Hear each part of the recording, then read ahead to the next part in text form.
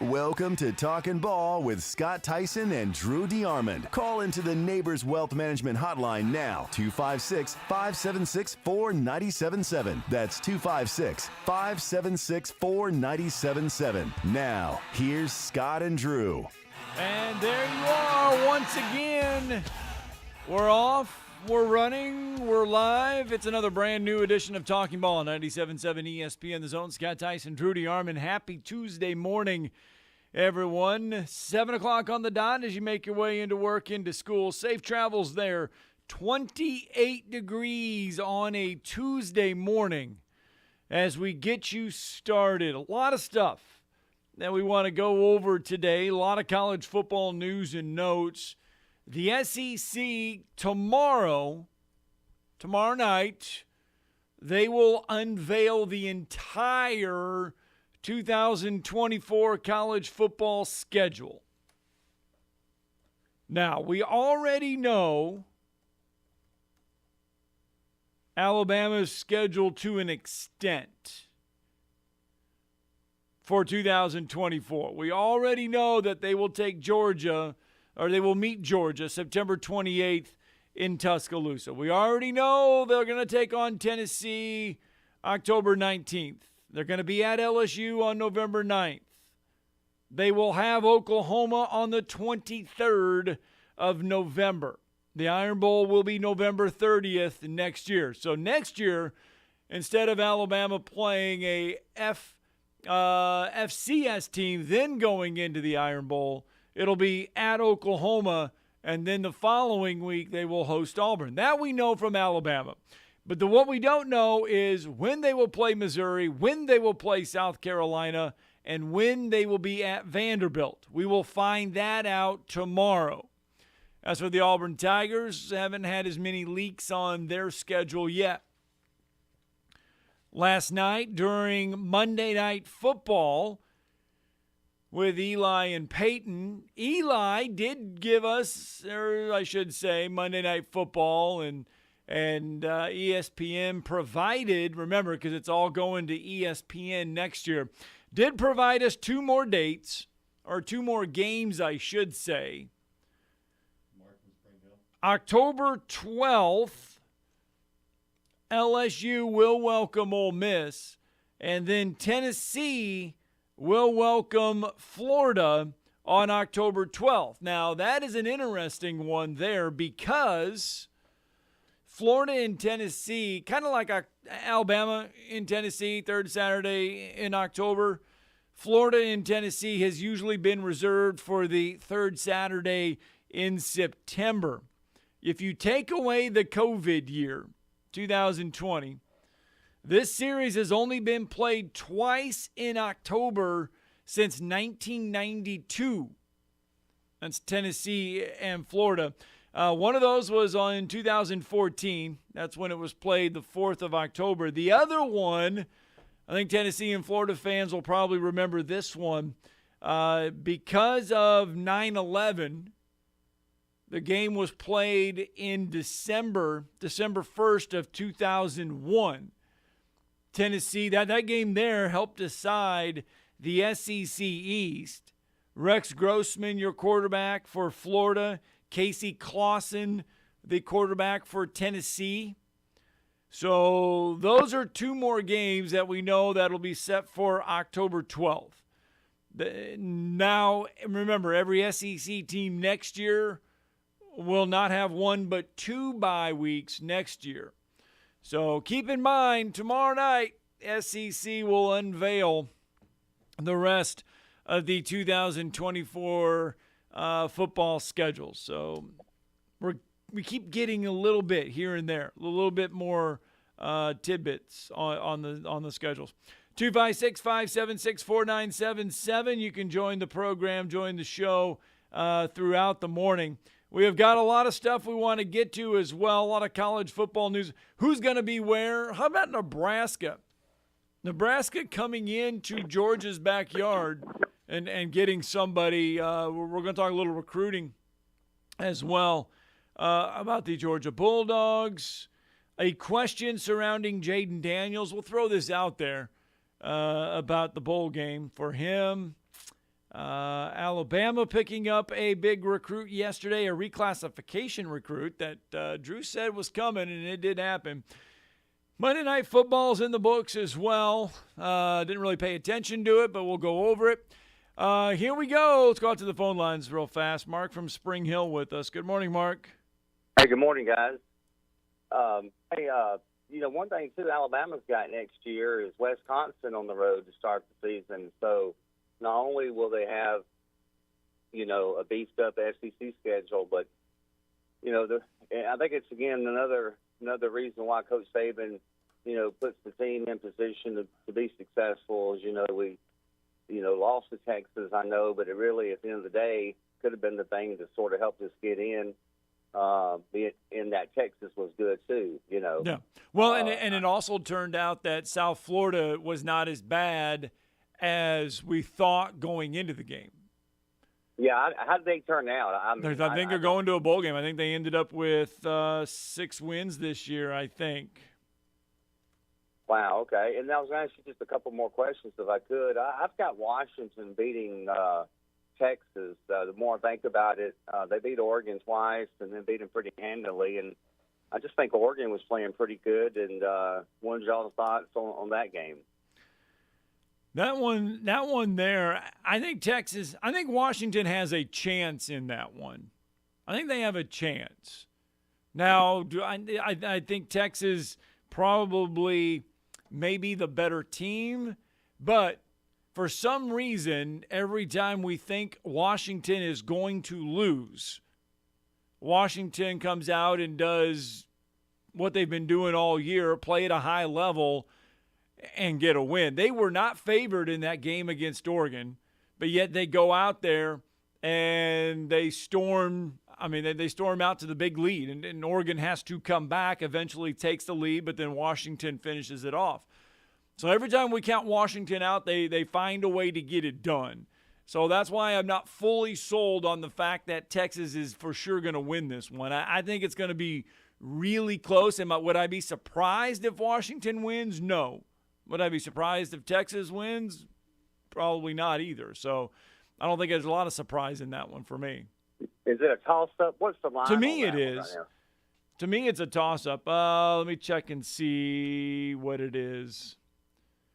Not that it matters, because Alabama was a 6-point dog to Georgia, beat them more than, beat them good. Beat them more than the score. And then I think Alabama's not favored to beat Michigan unless the lines move. Right now, Michigan is Michigan's a 1-point favorite over Alabama.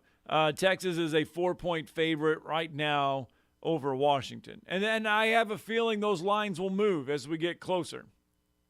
Yeah, and the last question for Drew is, it's from a recruiting, from a opting out standpoint. I hope Georgia is going to keep their players around to play in this game. I just didn't know if y'all have an update on Florida State. How many of those guys have opted to leave compared to Georgia? And will Brock Bowers and some of these players play like Alabama's players did last year with Bryce Young and the linebacker Will Anderson? And I'll hang up and listen. I haven't heard anything about Brock Bowers, Ladd McConkey. Haven't heard anything on whether or not they're going to play. I imagine in another couple weeks we will, depending on how their health is progressing and if they want to take a chance. I'm sure they're visiting with their counsel. When I say their counsel, family members and those advising them going forward. They've all got agents now, so on whether or not they want to play. I'm sure they'll announce that when bowl prep is about to start. Some of them opt out early. We've already seen that, but we'll see. I wouldn't be surprised if Brock Bowers opts out since he's not even really 100%.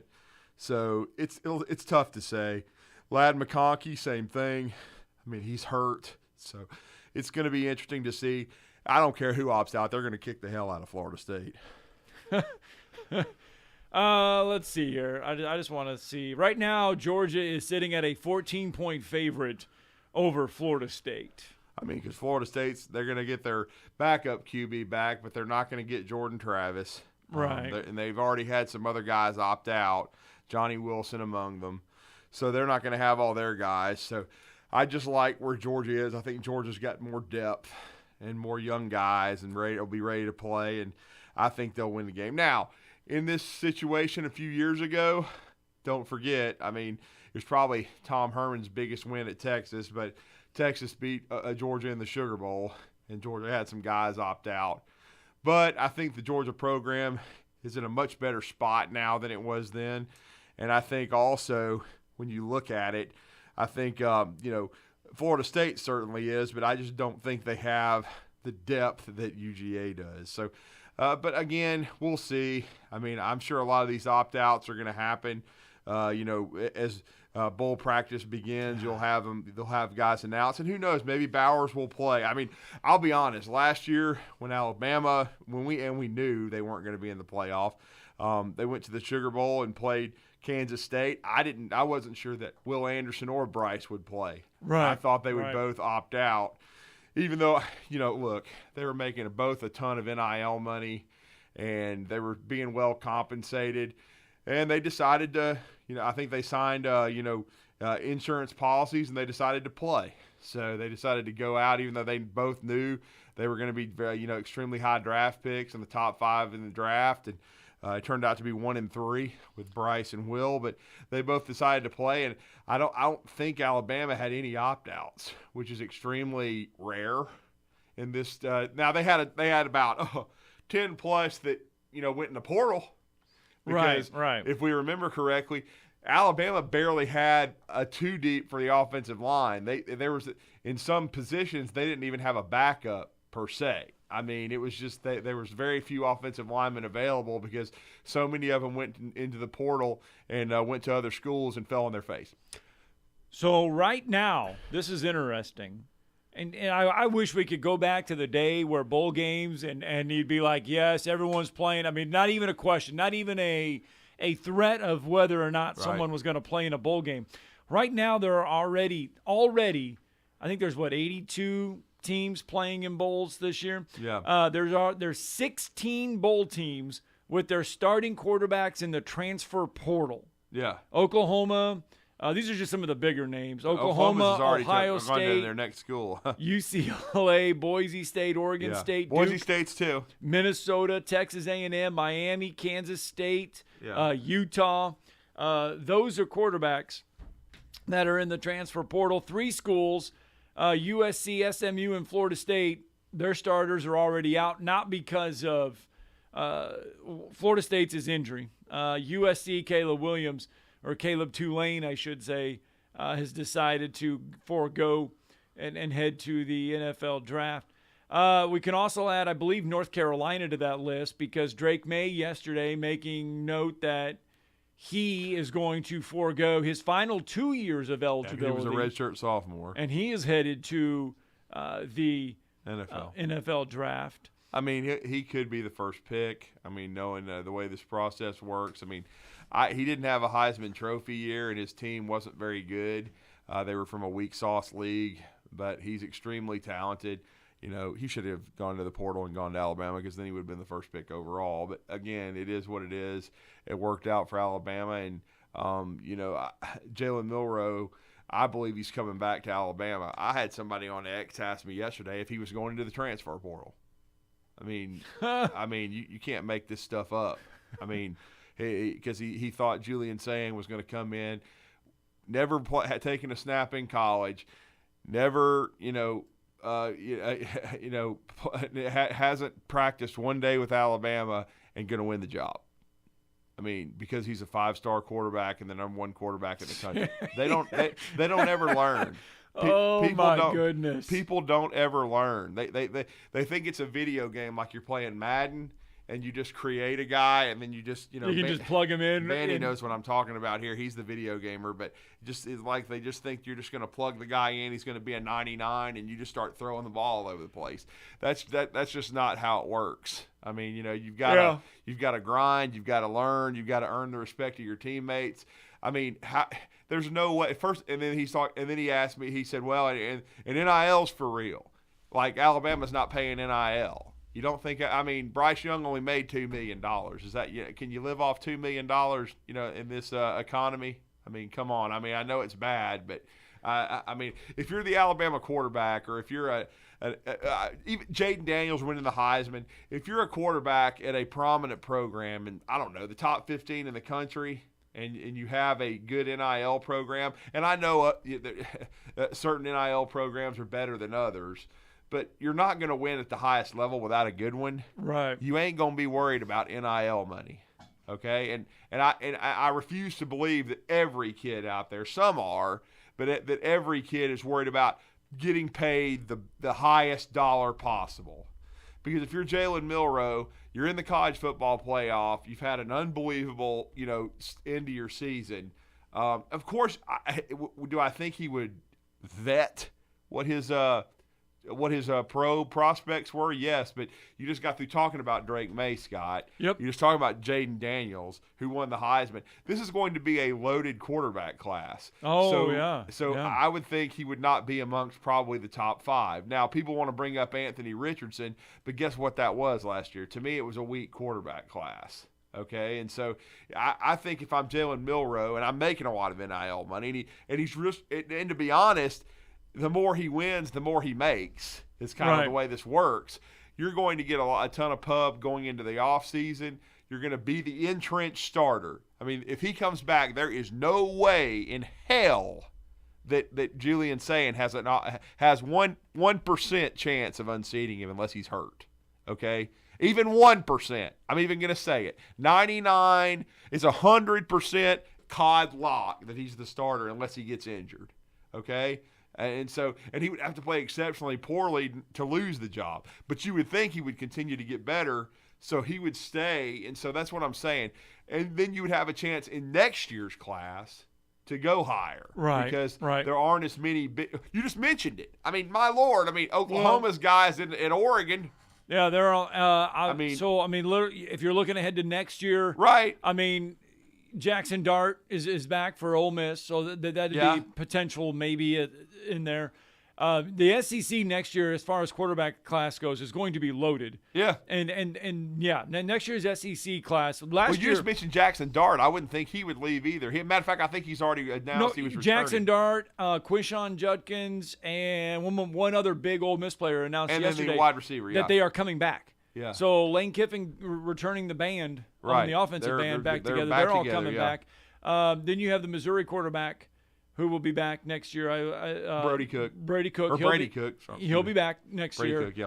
Jalen Milroe has already been submitted by Vegas because as soon as the Heisman Trophy went into Jaden Daniels' hands, Las Vegas slapped odds on the 2024 Heisman race, and Jaden Daniels is the favorite. I'm just saying. I mean, that's how they do it. But he's back next year as well. And you look, Graham Mertz is back next year with Florida. He is announced he is coming back as well. Connor Wigman from Texas A&M, as of right now, is there at Texas A&M. I imagine he will stay there because everyone else has left. They could be up to 20 players missing in their bowl game because of opt-outs, injuries, and transfer portal stuff. I don't understand. I'm just looking at some of these bowl odds, Scott. I mean, you watch these guys too. I don't understand what and maybe Vegas knows something, but I don't think Penn State's any good. And they're a 3.5-point favorite over Ole Miss. And we just got through talking about all the players coming back. Jackson Dart, Quinshon Judkins, Trey Harris, the wide receiver we were talking about. If they're all coming back, I would venture to say they're probably playing in the bowl game. Now, if they weren't playing in the bowl game or all these cats is in the portal, I'd understand why Puke State is in the why they're a favorite. But Penn State being a favorite here, I don't really understand that one. Because they didn't beat anybody really good during the regular season. No. Now maybe Kiffin will lay a turd. I don't know, but he's got everybody back. We got to get a break in. This I know for sure. When we get a break in, we'll go over that. Plus, we got to hear from John Sumrall. Introductory press conference yesterday for Tulane. We got a lot of stuff to touch on.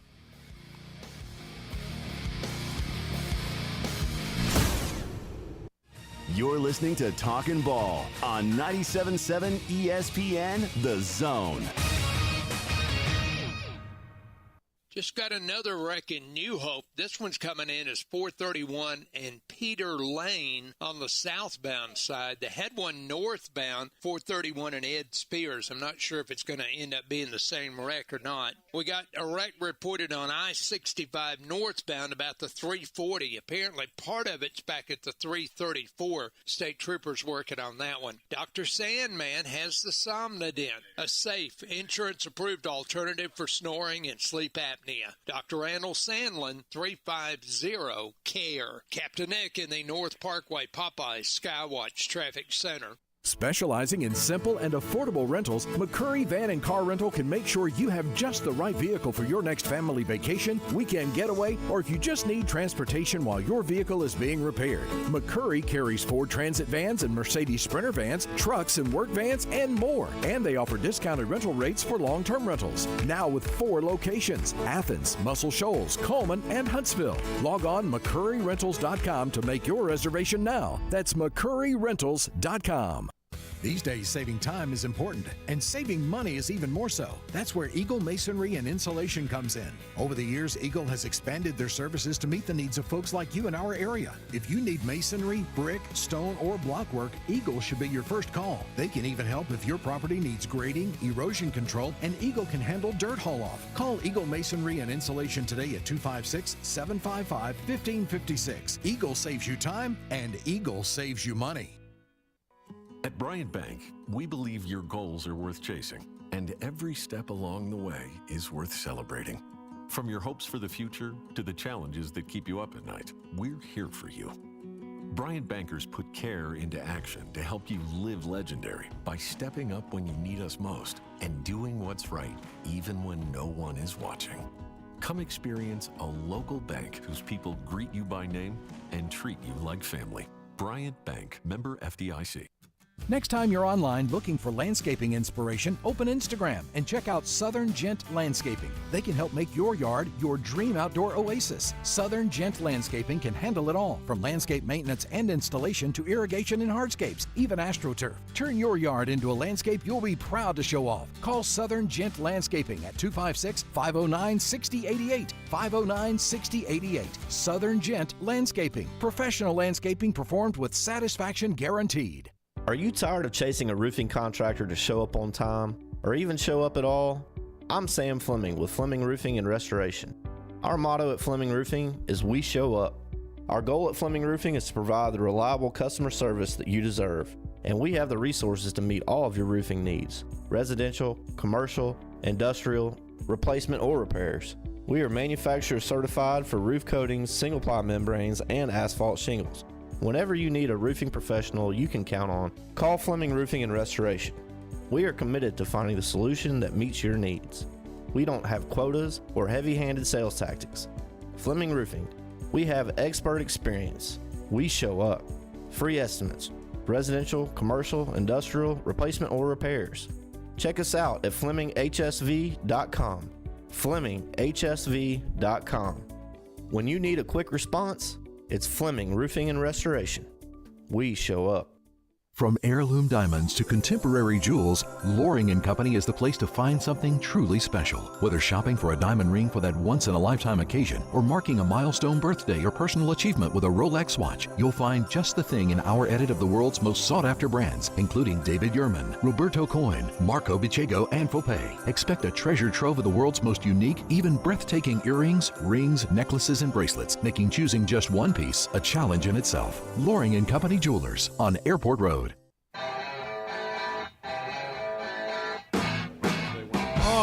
Welcome back, Talking Ball 97.7 ESPN The Zone. Kind of morphed into bowl games, who's there, and opt-outs. So let me ask you this, and this was a question that was proposed the other day. Yeah.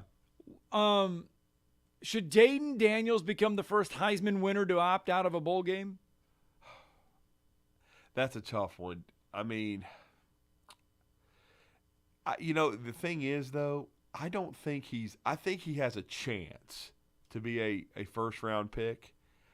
I'm not sure he's a lock. Like, for example, you just mentioned Drake May. I would be stunned now if if he's playing in the bowl game. If he's Right. Because a lot of times, if you're going to play in the bowl game, like if I remember correctly, Will Anderson and Bryce Young did not officially announce they were going to the NFL until after they won the bowl game. All they did was say we're playing.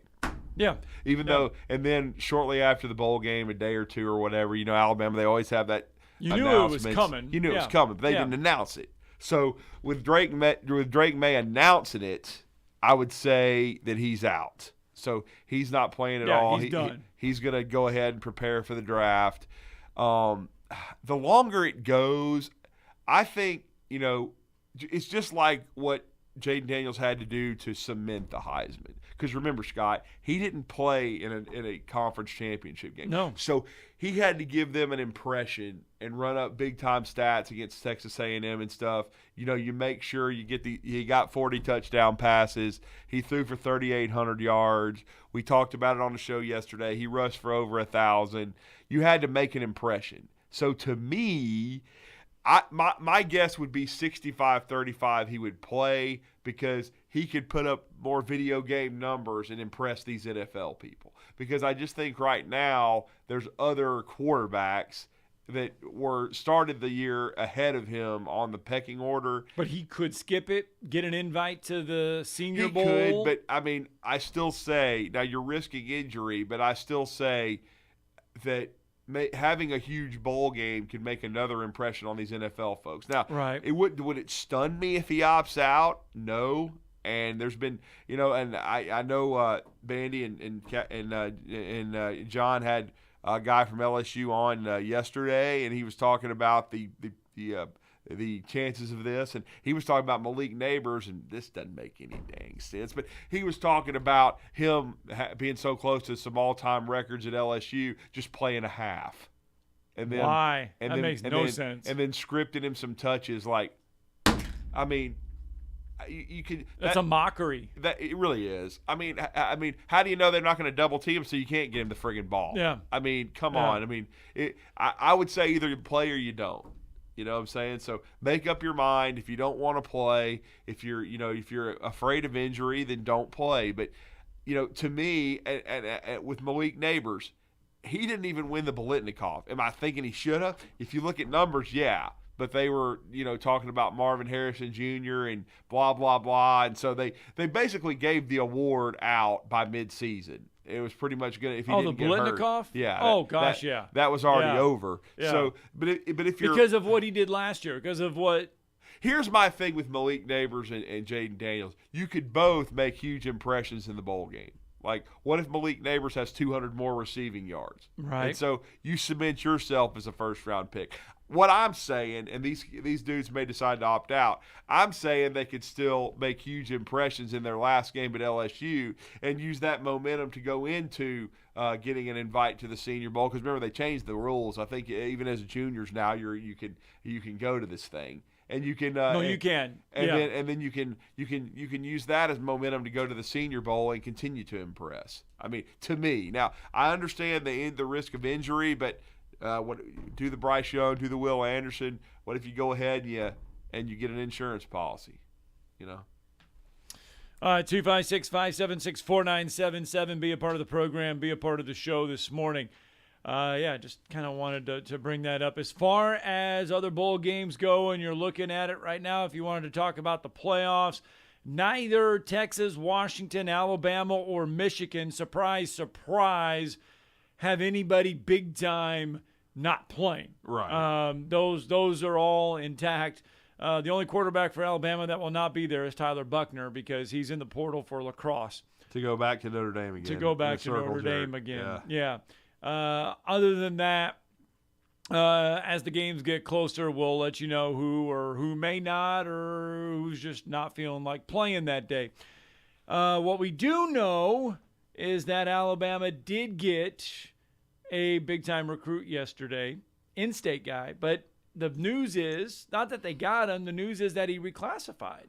Yeah, he reclassified, and this has been in the works for many, many weeks, if not months. Really, the young man spoke to AL.com and Ben Thomas, and we're gonna We're going to talk to Brett Greenberg of Bama 247 about, and really Jason Caldwell as well during the show today, because he hasn't signed anything. So he's certainly being heavily pursued by Alabama and Auburn. He's been a long-time Alabama commit for over a year.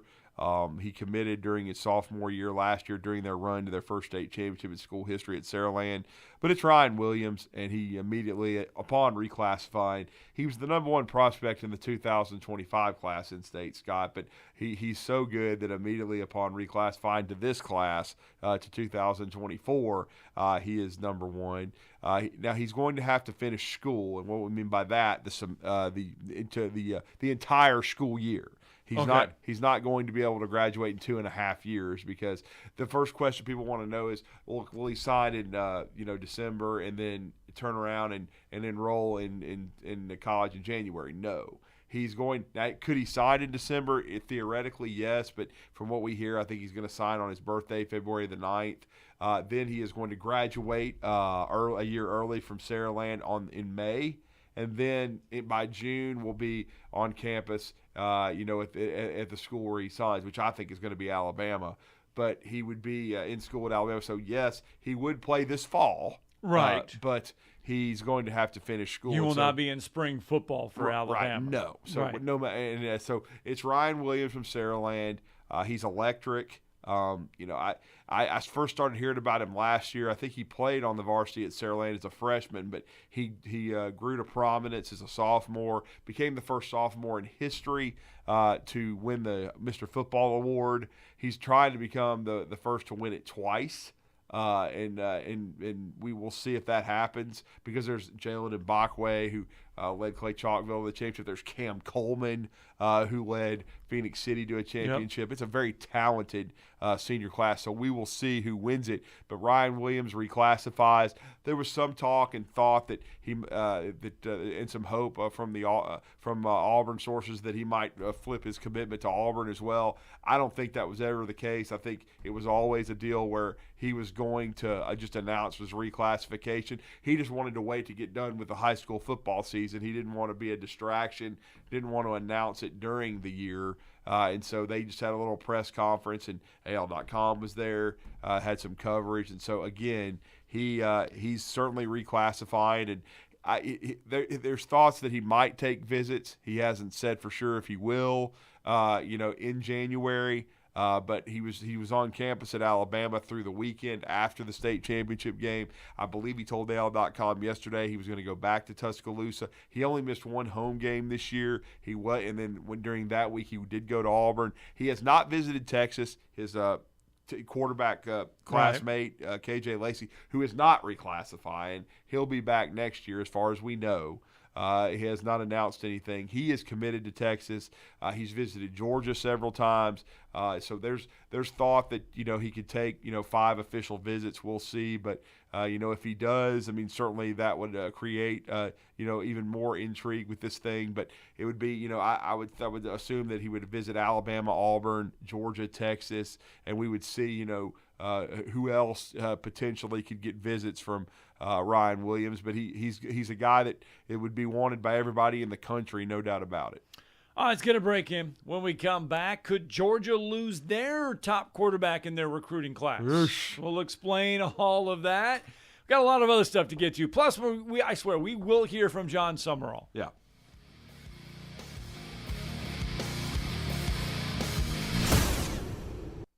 You're listening to Talkin' Ball on 97.7 ESPN, The Zone.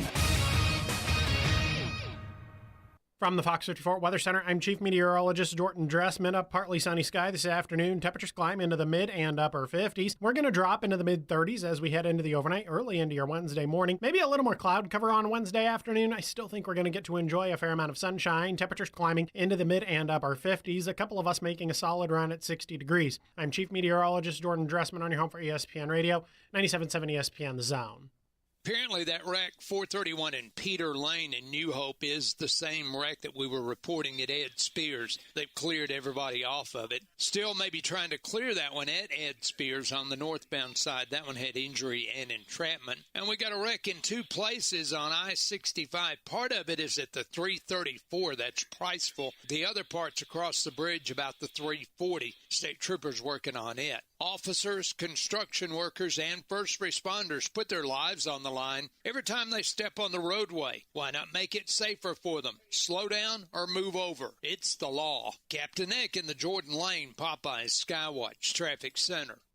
The kitchen is the heart of any home. It's where the family gathers. It's where kids discover old recipes and make them their own. Just starting out or just now getting started on the dream kitchen you've always wanted? I'm Chris Haygood, and from all of us here at Bob Wallace Appliance to the home builders and the homeowners of the Huntsville area, a heartfelt thank you for buying local. We're in Huntsville, Florence, and Coleman, and online at bobwallaceappliance.com. Sitting here with Mark Kent of Southern Fidelity Mortgage Group of Huntsville. Mark, do you help pre-qualify people? We pre-qualify people all the time, Wes. As a matter of fact, I love having them coming in here because when they come in and they pre-qualify, they can leave my office knowing exactly how much they can buy and have no worries. Mark, tell me about your rates and pricing. Well, Wes, this is something we're really, really proud of. Long story short is, I love being able to provide the best pricing in town. Honestly, I cannot tell you the last time I lost a deal to either rate or pricing, something I'm very proud of. So what all financing options do you have, Mark? We do several different things. If you're purchasing a home, we can handle the purchase. If you're wanting to refinance your home, of course, rates are at the lowest they've been in the last 3 years. We do a lot of refinancing. If you're building a home, we can handle the entire process from breaking ground to the final close. Do you sleep with your phone? Wes, if you want to reach me, you can call me at my office phone, which is 256-562-1000. But always remember, I sleep with my cell phone at night. That number is 256-656-5936. No representation is made that the quality of legal services to be performed is greater than the quality of legal services performed by other lawyers. A wise man once said, "If you take care of old folks and children, everything in the middle will take care of itself." Hi, I'm Danny Aldridge, lawyer in Alabama and Tennessee. In the next 20 years, the number of those folks over 65 years of age will more than double. In our golden years, the most important goal is to be treated with dignity and have control over doing what makes you grateful with those you love. At the Aldridge Law Firm and the Legal Town Center, we're dedicated to help you with these goals, and we'll be there when life throws you those inevitable curveballs. Let us assist you with your legal needs, whatever they may be or become. You may reach us by phone at 256-534-3188 or online with Dan at danaldridgelaw.com. Just remember, we're here to help. Whether it's personal injury, wrongful death, fraud and cheat, or estate planning made complete, we're here to help. Hey there, Bob Baumhauer here. Score big deals at Baumhauer's this football season and order from our Inflation Bites menu. Try our Buffalo Wing Special with fries and a complimentary beverage for only $9.99. And what's football without a cold beer? Our pitchers of Yingling and Yingling Flight are only $7.99, served all day, 7 days a week. And huddle up, football fans. Sign up today for our free NFL Pick'em contest at Baumhauers.com for weekly prizes. Baumhauers, legendary fun and legendary food. You've got to experience Toyotathon at Bill Penny Toyota. They've got the selection with over 700 new Toyotas to choose from. And they've got the extras with Bill Penny perks and a 10-year unlimited warranty. So get on over to Bill Penny Toyota today and experience Toyotathon. Bill Penny Toyota in Huntsville and online at BillPennyToyota.com. Bill Penny's Toyota 10-year unlimited warranty is valid through the 10th year of ownership. Valid on new vehicles only. See dealer for details. Welcome back. Talking Ball 97.7 ESPN The Zone. Yesterday, in the Big Easy, our good friend John Summerall. Yes. Introduced as Tulane head coach. Here's what he had to say. Well, our vision here is we're going to win conference championships. We're going to win bowl games. I'm telling you right now, I'm speaking into existence. We're going to make the college football playoff, and we're going to win it.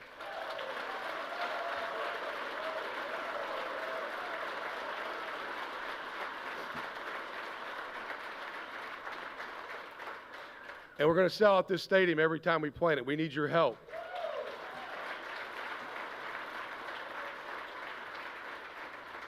The young men that work so tremendously hard to put a good product on the field, they need your support in every way.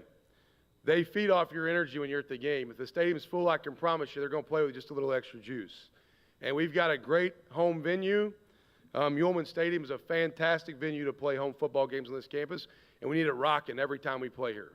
And when people come to play here, they know they're going home with a loss. All right? And, yeah, that's y'all. Well, John Summerall there. Well, I mean, the first thing he said, I think that was the key, and it's the key to the whole reason he's there, is, again, next year is the expanded college football playoff, and he said we're going to make the college football playoff and we're going to win it. I think he believes that being at Tulane and being in the American Athletic Conference, that he has a chance, a legit chance to make the college football playoff each and every year. Now, would Troy have had a chance if everything lined up perfectly? Yeah, because the Sun Belt is a little bit below the AAC. They might have had a chance to make it. Right.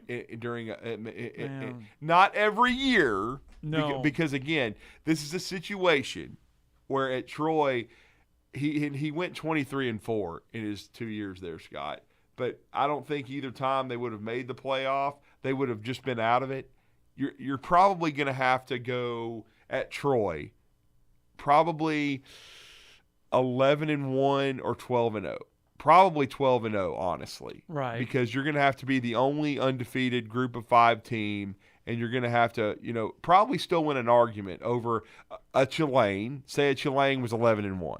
Okay, I'm just throwing that out there, or 12-1 after, and then of course Troy. I know he won 12 games there last year. It was 12-2.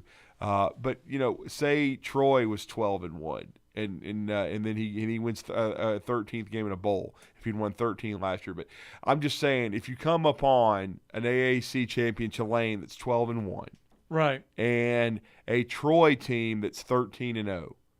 There are going to be a lot of people that take Tulane because they would say they were played in a bigger conference and a more difficult schedule. You look at it this year, the AAC, just for example, SMU was 11-2, Tulane was 11-2. Right. You got Texas, San Antonio, Memphis, South Florida.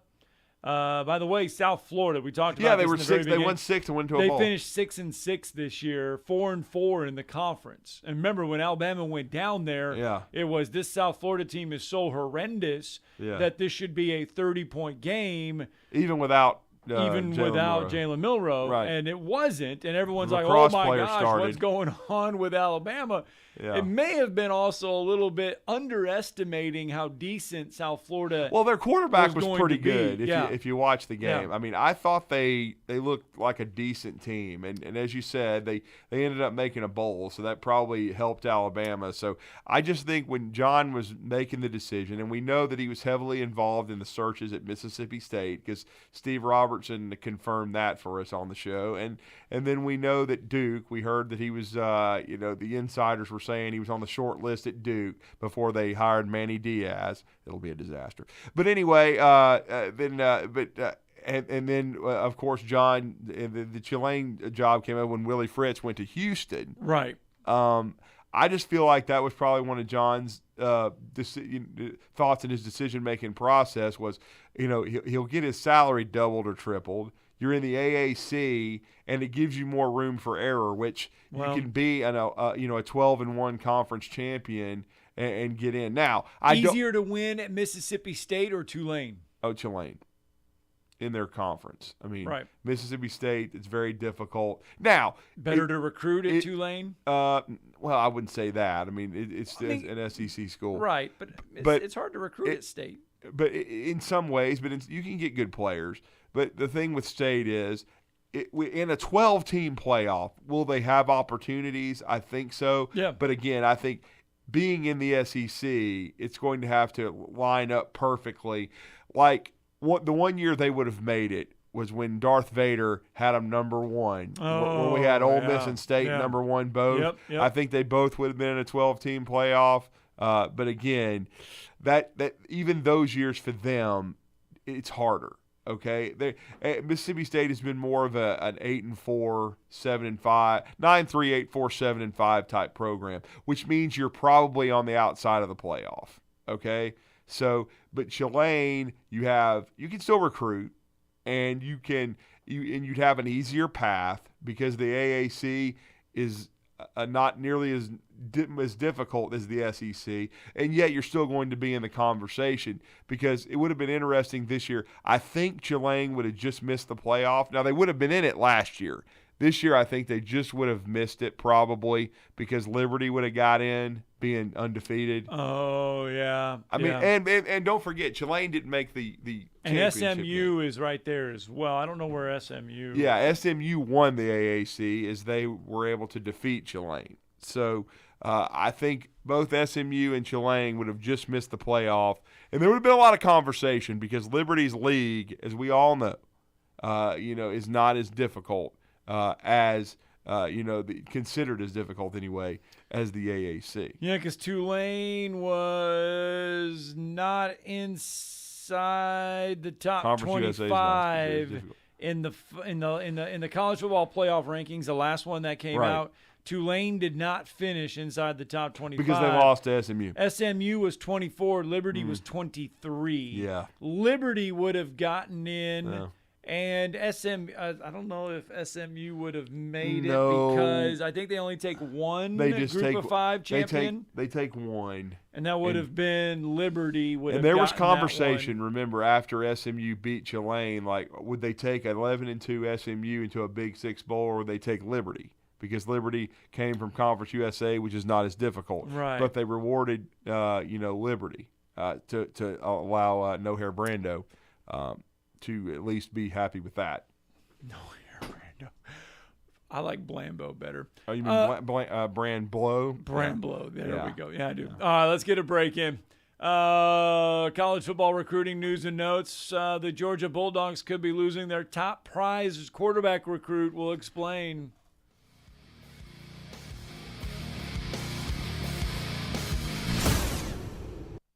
You're listening to Talkin' Ball on 97.7 ESPN, The Zone.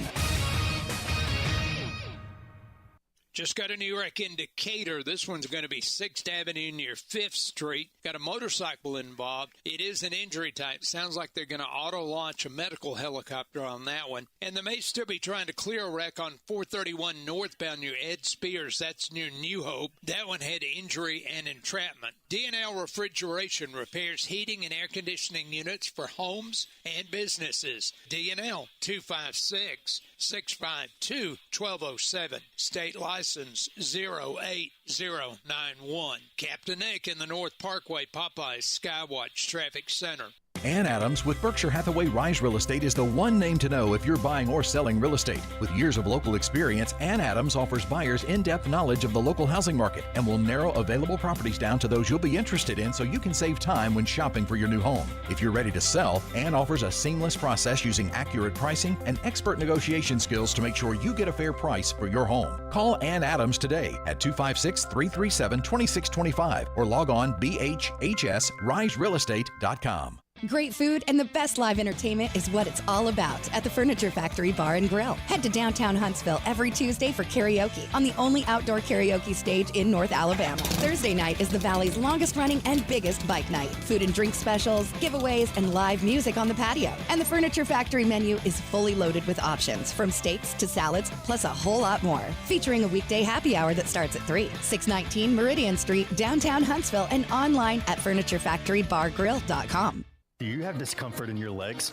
Varicose veins can affect not only how your legs look, but how they feel. Symptoms of varicose veins include pain, swelling, aching, heaviness, and fatigue. Dr. Tracy Lowry of Best Vein Care of Huntsville can diagnose and treat your varicose veins with the latest minimally invasive techniques. Diagnosis and treatment is covered by most insurances. Call 256-715-7151 to schedule your free screening. Go to bestveincarehuntsville.com. You'll love the expanded wine selection at Liquor Express. From special occasion to everyday table wines, they've got what you need. Meet your friends at the largest tap wall in Alabama with 105 rotating selections. Then take home a growler full of your favorite or choose from our 1,000 canned or bottled beers. Need help stocking your bar or planning your party? Liquor Express has a knowledgeable, professional in-house staff that can assist you with anything from your bar to the planning of your special event. Visit liquorexpress.net for tasting specials, giveaways, and classes. This segment of Talkin' Ball is brought to you by University Kia, the #1 volume Kia dealer in the state of Alabama. Located online at universitykia.com. Welcome back. Talking Ball 97.7 ESPN The Zone. Scott Tyson, Drew DeArmond with you. And, the Nebraska Cornhuskers under Matt Rule. First of all, they could get a pair from Ohio State. They could get Kyle McCord, the starting quarterback from Ohio State. And Julian Fleming. Yeah, they could get him. They're both crystal ball rubbing it. Yeah. They're expected to go to Nebraska right now. That's expected where they're going. But that's not the big story here.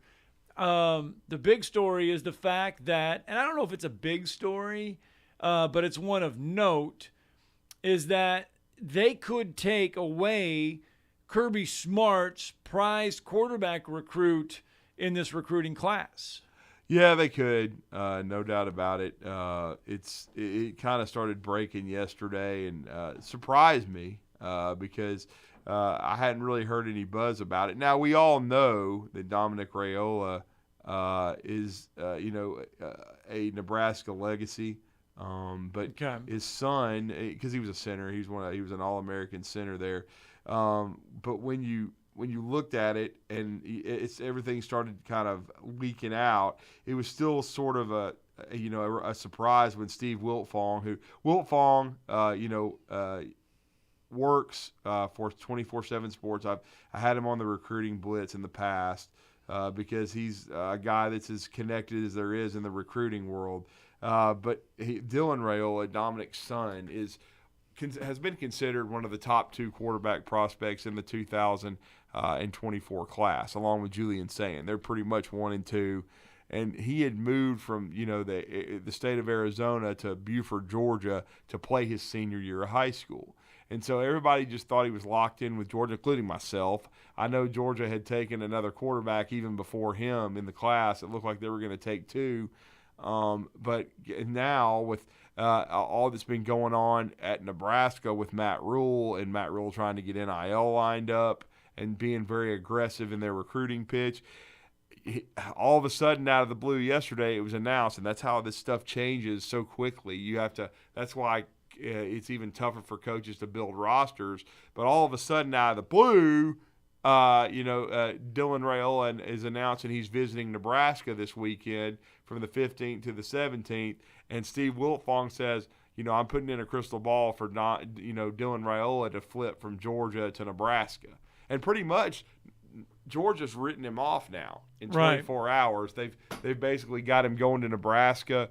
Matt Rule's a heck of a coach. I still believe that. I know the team looked rough this year. But, again, if you go back and look at, I want to say, Scott, his first year at Baylor, I think they were 1-11. They were really, really bad. And when he went to Temple, they were bad at first as well. But he turned Temple completely around. We know he turned Baylor completely around because he ended up in a Big Six Bowl, and then he ended up with the Carolina Panthers, okay? And that's how he got the NFL job. But it looks like they're going to flip Dylan Raiola, the Nebraska legacy, because I believe his uncle is also on the coaching staff in Nebraska. Donovan Raiola is the guy that you are just mentioning. And by the way, his uncle just received a 1-year contract extension. I think he's the offensive line coach in Nebraska. Yes. So he received an extra year on his coaching contract and a $175,000 raise at the end of last calendar year. Yeah. But I mean, and they're still trying to get Kyle McCord. We'll see if they get him and Julian Fleming. But Dylan Raiola, this QB, it's spent his senior year at Buford. It looks like he is going to end up following in the family footsteps at Nebraska. Now, if this happens, which it looks like it will, I am going to be fascinated to see if they still push for Kyle McCord. Because if you bring in Kyle McCord, we all understand the way this works. he's got basically 1 year left. You're bringing him in to start. And then, which I wouldn't think would be a completely bad thing. It gives Dylan Raiola a chance to get his feet wet, because I still don't believe in just throwing a true freshman out there, man. I don't. I think it's a mistake. I don't think they're ready. Right, especially in the Big Ten. Look at Drake May. We've been talking about Drake May on the show this morning. He's a redshirt sophomore, which means he redshirted, and Sam Howell, I believe, was the guy that he was backing up, who's now the quarterback of the Washington Commanders. Okay? So for a year, he sat behind somebody, and then he's put 2 years of tape on, and now he might be the first pick in the draft. I always say that's why it just blew my mind yesterday to have somebody tell me, well, no, Milroe will transfer because of Julian Sayin. I'm like, Milroe's going to transfer. Hello? He's going to transfer, Drew. Hello? He's going to transfer. Hadn't done this in a while. Compete. I mean, are you kidding me? The kid has never taken a snap except at Carlsbad, California. Does he look great? He looks great, okay? I think he has a chance to be a special player. But my thing was, Tua Tagovailoa, who looked like dog meat last night, the Dolphins completely – I mean, it was one of the worst coaching performances I've seen on both sides of the ball from a team. That's why the NFL sucks. I mean, these guys half the time have got their heads so far up their ass, they don't even care. They didn't even show. They just thought they were going to waltz out there and beat the Tennessee Titans, and they waltzed out there and embarrassed themselves. I like coffee or mayonnaise in my coffee. Yeah. Levis, credit to Levis. He looked awful early, but I'm telling you what, he competed his butt off, and they won that game last night because Vic Fangio. They were down 27-13 with less than 3 minutes remaining. You know, and Vic Fangio and McDaniel, they both ought to give their paychecks to the homeless, because they sure as hell didn't earn them. Oh, let's go to Jeremy real fast. Good morning, Jeremy. Hey, that's the first time in, I believe it was 645 games that a team was down by that much. Because, like, the Texans are the last team to come back from that deficit and win the ball game. Oh, I called it, man. Yeah, they're the only team in the century to overcome at least a 14-point deficit in the final 3 minutes, win in regulation. Yeah, I called it as soon as they let them score, as fast as they did to make it 27-21, and of course that also entailed Scott giving up a 2-point conversion. It reminded me of the Patriots and the Falcons in the Super Bowl. You just knew it was over, because the head coach is an idiot, and he's going to do the same thing all these idiots do, and it's like a cookie cutter. Like, okay, we're just going to run the ball up the middle. And try a field goal. And except the Falcons didn't even try to kick a field goal. They just continued to, if I remember correctly, they got stopped. And they ended up getting 2 or 3 negative plays. They went backwards. They couldn't even gain a yard, and then they didn't even attempt a field goal. I think they ended up punting the football. But again, I just thought, it was pathetic. Go ahead, Jeremy. Finish your thought. So it looked like that both teams. It looked like they both gave up. Miami. I was watching multiple games. Right. I was watching the dual screen, and it looked like them and Green Bay both just gave up. Yeah. It looked like they just, said, "Hey, we'll give you whatever you want to take." And at first the Tennessee game, Tennessee worried me because they went to that all popular dumbest play calls ever by defensive coordinators of prevent defense. I hate it. And but I thought they were going to get it, but it seemed they started creeping up, and I was very pleased with it. So it was good to me. They were good games. I'm glad both teams. Thanks, Jeremy. We are up against a break. Hour 2 going to start next. This is Brent Musburger's VSiN Action Update on 97.7 ESPN The Zone. Take the guesswork out of your holiday gifts. OmahaSteaks.com for 50% off site-wide and save an additional $30 with promo code VSIN. OmahaSteaks.com. Big win for the Titans. They knocked the Dolphins out of the top spot in the AFC. 28-27 the final. Will Levis rallied the Titans for 2 late touchdowns. Miami was favored by 13.5. The over-under 46.5. The Titans paid plus 625 on the money line. The Giants held off the Packers 24-22. Saquon Barkley, 20 carries, 86 yards, 2 touchdowns. Green Bay was favored by 5.5. The over-under 37.5. New York paid plus 230 on the money line. Top 25 hoops tonight. Number 12, Tennessee by 31.5 against Georgia Southern. Number 21, Duke by 15.5 against Hofstra. Get the latest lines and more at vsin.com. WCZN, Union Grove, Huntsville, Alabama. 97.7 ESPN, The Zone.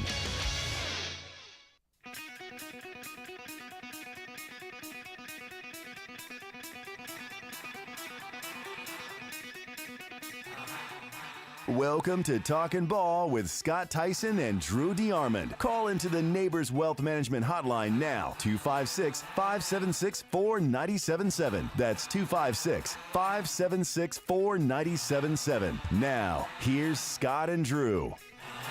All right, welcome back. Talking Ball 97.7 ESPN The Zone. Scott Tyson, Drew DeArmond with you. Welcome back in. It is hour 2 of Talking Ball, 97.7 ESPN The Zone. Scott Tyson, Drew DeArmond. Again, want to make sure everybody knows December 20th, that is the 97.7 ESPN The Zone holiday party over at Flow, right off of Drake Avenue. Flow Indoor Supreme Air Sports, the trampoline park.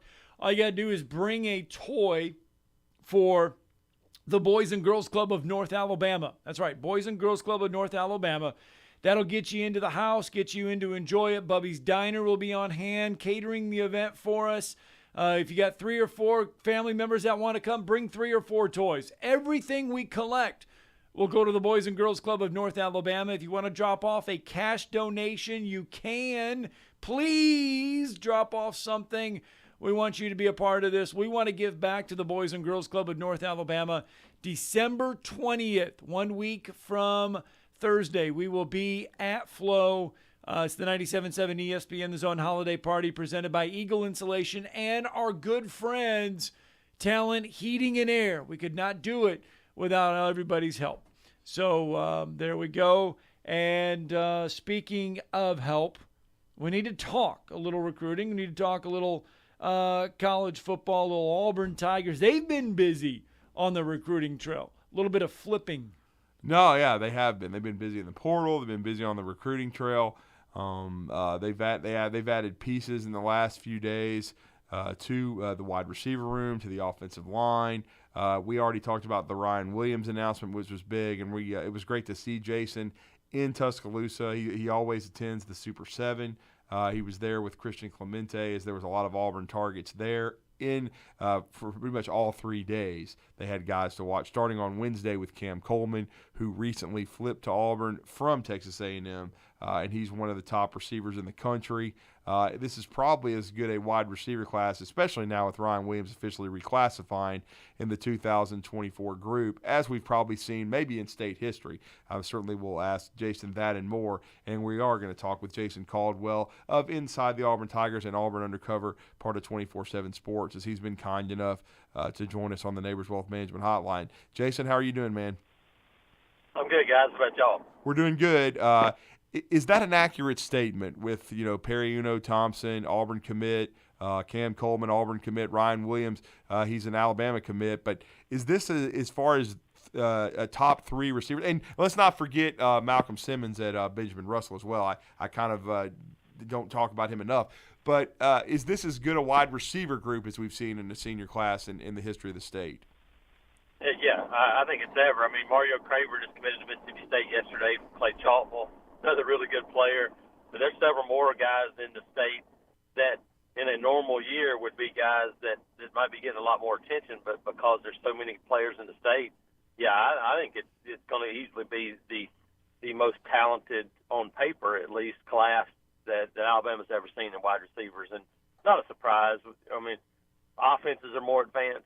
There's guys that are now, you're now called on to do more as wide receivers earlier, so guys are more skilled than they've ever been. But, yeah, I don't think there's any question that you look at this class, and it's it's the best group this state's seen. And Auburn able to get one of those guys, and it was a flip, but they got Cam Coleman out of Central Phoenix City, who becomes the 7A MVP. Yeah, Cam's just an elite talent when you look at him, and a kid that's still just 16 years old. He's actually, him and Ryan Williams are actually the same age. He had was already moved up a while back, so he's not 17 yet. But you look at him and you see both those guys are very similar to me in that you see them and you go, man, they're still not even filled out physically what they're going to be. I don't think either one of them are ever going to be 225 pounds, but you know they're going to get bigger and stronger, and with that comes faster and more explosive, which is scary to think about. But I think that's what Cam is. And, you know, Patrick Nix coached Cam. Patrick Nix was at Georgia Tech when Calvin Johnson was there, and that's who he said that he reminds him of in terms of ball skills. He reminds me a little bit of A.J. Green. I think that's his build, who he's more built like as an A.J. Green. But I like that, yeah. No question that you look at him and you look at Auburn's wide receiver group, and Cam Coleman's the guy that's planning on going through spring practice, be on campus in January. I would be shocked if he's not day one on the field playing a big role for this Auburn offense. And I also let me also go back as well as another young man Auburn got early, not just Simmons, but they also got Bryce Kane at Baker, who has a lot of speed. Yeah, and Bryce Kane is probably I was thinking about this when we were in Tuscaloosa, because I think Jalen Mbakwe is absolutely one of, if not the fastest player in the state, and an incredible kid that's going to Alabama. Bryce Kane's right there in terms of speed, but I mean, there's some guys that can really run. Yeah, so Bryce Kane's a guy that's only played football for 2 years. He was a baseball guy, has really come on lately, and so I think that's the interesting thing about this class is that there's still so much more in terms of development, really, for all these guys. And we know that recruiting's become an NIL battle, and it's changed a lot. You followed it for years, covering it for Auburn, covering Auburn for inside the Auburn Tigers, and now Auburn Undercover. There's been a lot of conversation about Perry Uno Thompson. Personally, I don't buy it from the standpoint I think he's going to go to Auburn. I think Auburn did a great job flipping him. He's been on campus a ton. He's been with Cam Coleman, been recruiting for Auburn. Does the staff feel good about him right now? Yeah, I think so. I think they still feel good.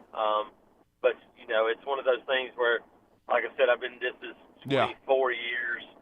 I never say never, and until guys signed and it's over with, you know, you never know what could impact somebody. And so I still feel good.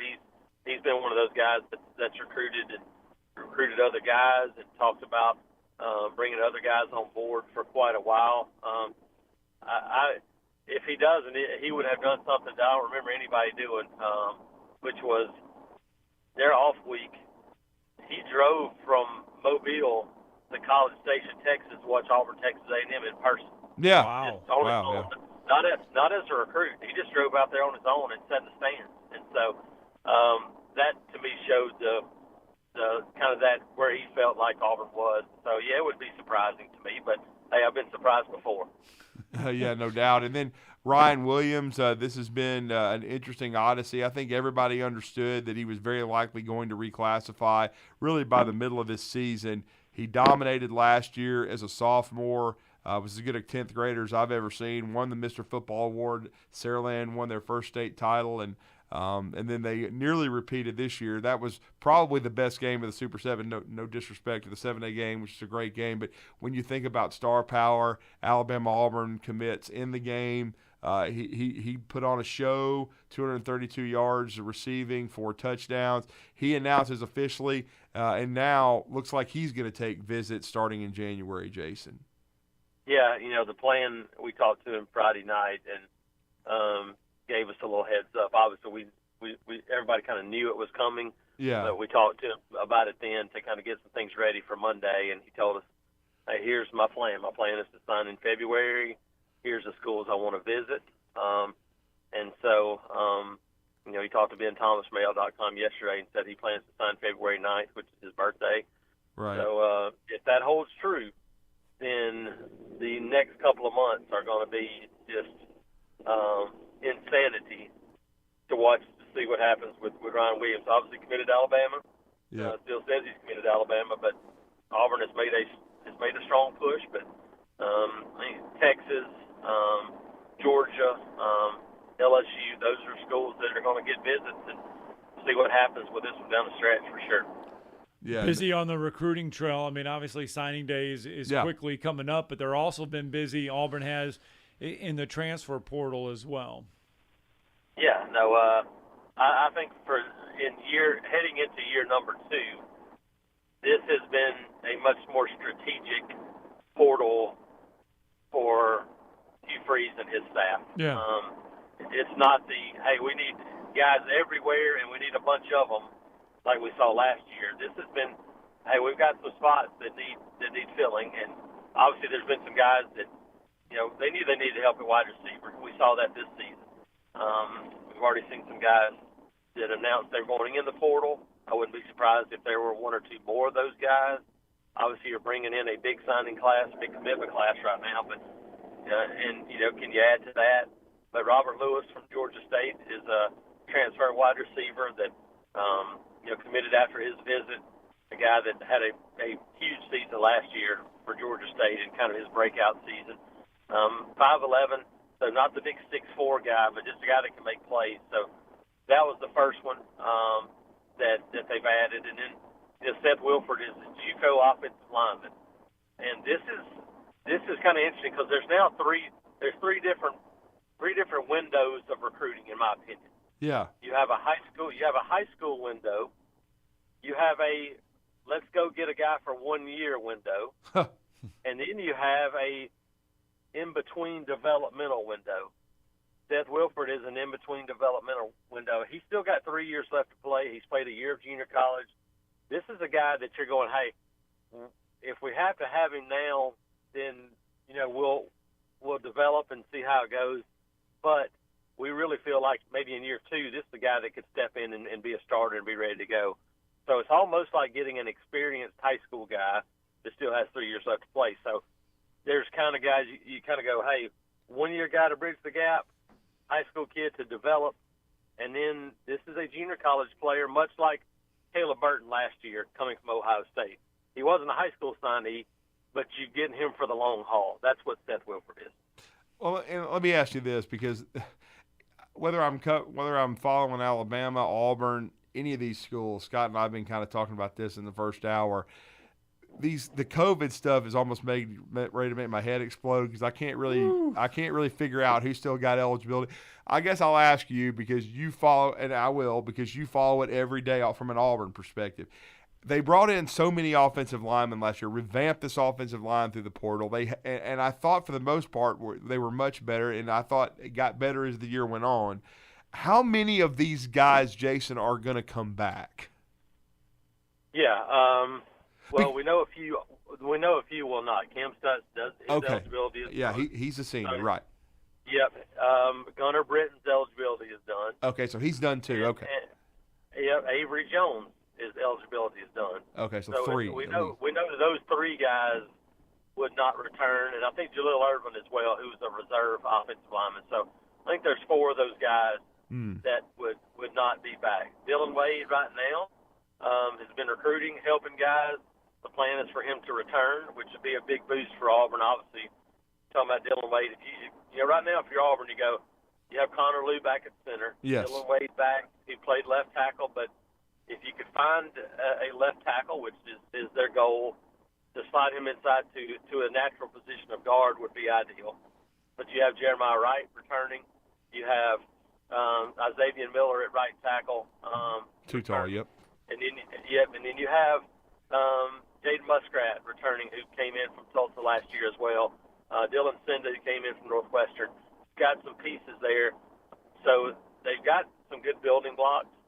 I think right now for them, they go, if you could find a true tackle, a true guard, and maybe a guy that can play both spots, that might be the extent of it for them instead of instead of being 8 portal guys last year, it might be 3 this year. And you'd like to get to where maybe it's only 1 in year 3, where you're going, hey, we need 1 guy. We feel good everywhere else. We need 1 spot to fill. That's ideally what you would like to use the portal for, in my opinion. I still don't know that it's sustainable. We'll see. Ole Miss is trying. Ole Miss is trying to make it sustainable and just say, hey, we're just going to build our team every year from the portal. Oregon looks like they're going to try to do some of those things as well. I just don't know that it's sustainable to do that. I think Hugh Freeze would like to be selective and have a portal guy here or there and continue to build through the high school ranks and develop guys. Yeah, it's kind of like I think he wants to do similar to what Nick Saban's done, is just kind of for certain key positions maybe go after a portal guy, but for the most part develop your own players. And that's what he's trying to do. Yeah, and I think the other part of it is I think we learned this year from Auburn's point of view, because they had to take so many guys late that weren't in for spring practice.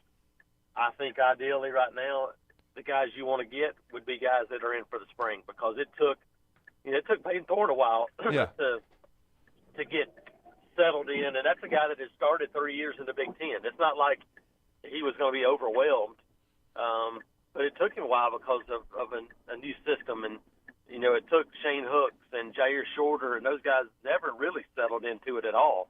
I think the goal right now is to, if you could, get pretty much everybody you have and get them in the early period to where they could go through spring practice and be able to kind of hit the ground running. Just want to get you – I know we're talking recruiting and everything, but Auburn did lose – Kendall Simmons made the move up to Derek Mason and Middle Tennessee staff, the Auburn alum. Part of their staff, Yeah, part of the staff on his way up to Murfreesboro. Yeah, a great guy. Going to be an outstanding position coach. I've known Kendall for now this entirety of my job. He was on the roster in 1999 when I started this. So I've known Kendall Simmons that long, and I think the good thing about him is that he played tackle, he played guard, he played in the NFL. This guy has the experience of doing it all. He has the experience on the highest level, and he also has the experience and knowledge to go along with it after coaching and helping out at Auburn. But more importantly, he's a great human being. And guys that go play for Kendall Simmons are going to be treated as well as you could possibly be treated. And that's the best thing I can say about Kendall Simmons, and I think he's going to be a great football coach. He's an even better human being. Well, and before we let you go, I want to ask a couple more questions, just really quick. Now, you mentioned left tackle. Who are maybe the portal candidates that Auburn is really interested in potentially bringing in that could maybe play the left side? And you mentioned Peyton Thorne. Scott and I were talking about all these quarterback dominoes, both in high school and in the transfer portal. Is Auburn looking at for a QB, or are they comfortable with Peyton Thorne being the starter next year? Yeah, I don't think they've closed the window to look. But as I've said from the beginning when people ask me, I don't think Auburn was in the market to pay and getting a bidding war for a quarterback. Gotcha. I think that's, if a guy says, hey, that's where I want to come compete, I think they would go, okay, and if it's the right fit, I don't think they would hesitate to do that. But they're not actively going out and going, we've got to have a quarterback no matter the cost. I think they feel like Peyton Thorne's a guy they can win with. It's a matter of putting pieces around it, and everything shows us that that's the correct move, in my opinion. When you look at the NFL last night, the Dolphins have been fantastic, has been good as anybody in the league. Take Tyreek Hill off the field and they look pedestrian. Oh, yeah. It's awful. It's so much about the guys around the quarterback, and the more playmakers you give those guys, the better off they are. And, hey, Brock Purdy is the best example. Brock Purdy's a guy that was the last pick of the NFL draft, could be the NFL MVP right now, and if you line them up and nobody knew who they were, he'd be the last pick of anybody picked in this league right now, probably. Yeah, and wow, no question about it. And to circle back real quick, is it a portal guy they want at left tackle? Is there a guy that's sticking out right now? Yeah, I think Fernando Carmona is a kid that San Jose State. Scheduled to visit this weekend. He's one of those guys I think you look at. And then they had Mac Pounders in yesterday that left yesterday from Memphis. Yes, there's another guy, Carmona visited UCLA recently, coming in this weekend. And he's a guy that has experience, has played a bunch. Obviously, those two guys have played D1 football, not in the SEC, but have played at a high level. So those are probably the two guys I would think. Also bringing in a Toledo offensive lineman. He's more of a true guard, but a guy that they would probably like to have on the interior to give them another one of those experienced players. So that would be the guys, I think, if you said, hey, wish list, it would probably be those three guys right now, I think. Well, good stuff. Great job from Jason Caldwell. Let everybody know how to connect with you guys. Huge win for Auburn in basketball this past weekend against Indiana. And I know you guys are going to have full coverage of hoops and football recruiting and bowl preparation coming up. Yep, you can check us out at auburnundercover.com. Myself, Christian Clemente, will be on the road this afternoon heading to Hattiesburg, Mississippi. Alabama-Mississippi game. Yep. We'll go to Alabama-Mississippi All-Star practices and talk to those guys that are down there, the Auburn commitments that are there, and so we'll have some coverage from that as well. And then, got transfer visitors all throughout the weekend. Should be a big weekend, and then Auburn USC basketball on Sunday, and Nathan King will have all the coverage of that. And then, practice I think is going to start Saturday, bowl practice. So we got a whole lot going on. So check it out, auburnundercover.com. I think right now you can still get 50% off for new subscribers. So check that out, and also follow me on Twitter at @ITATJason. Thank you, sir. Thanks, Jason. Thank you. Thanks, guys. All right, let's get a break, Cam. More Talking Ball when we return.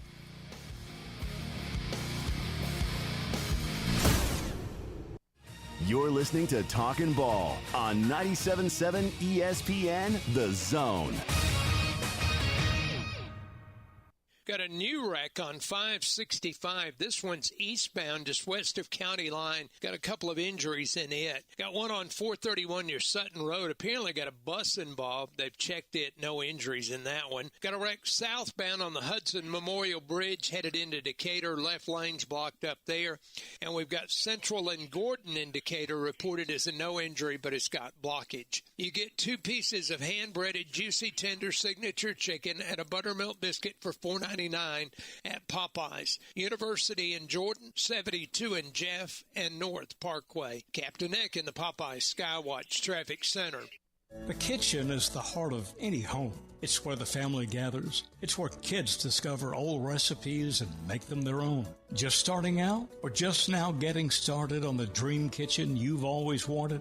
I'm Chris Haygood, and from all of us here at Bob Wallace Appliance to the home builders and the homeowners of the Huntsville area, a heartfelt thank you for buying local. We're in Huntsville, Florence, and Coleman, and online at bobwallaceappliance.com.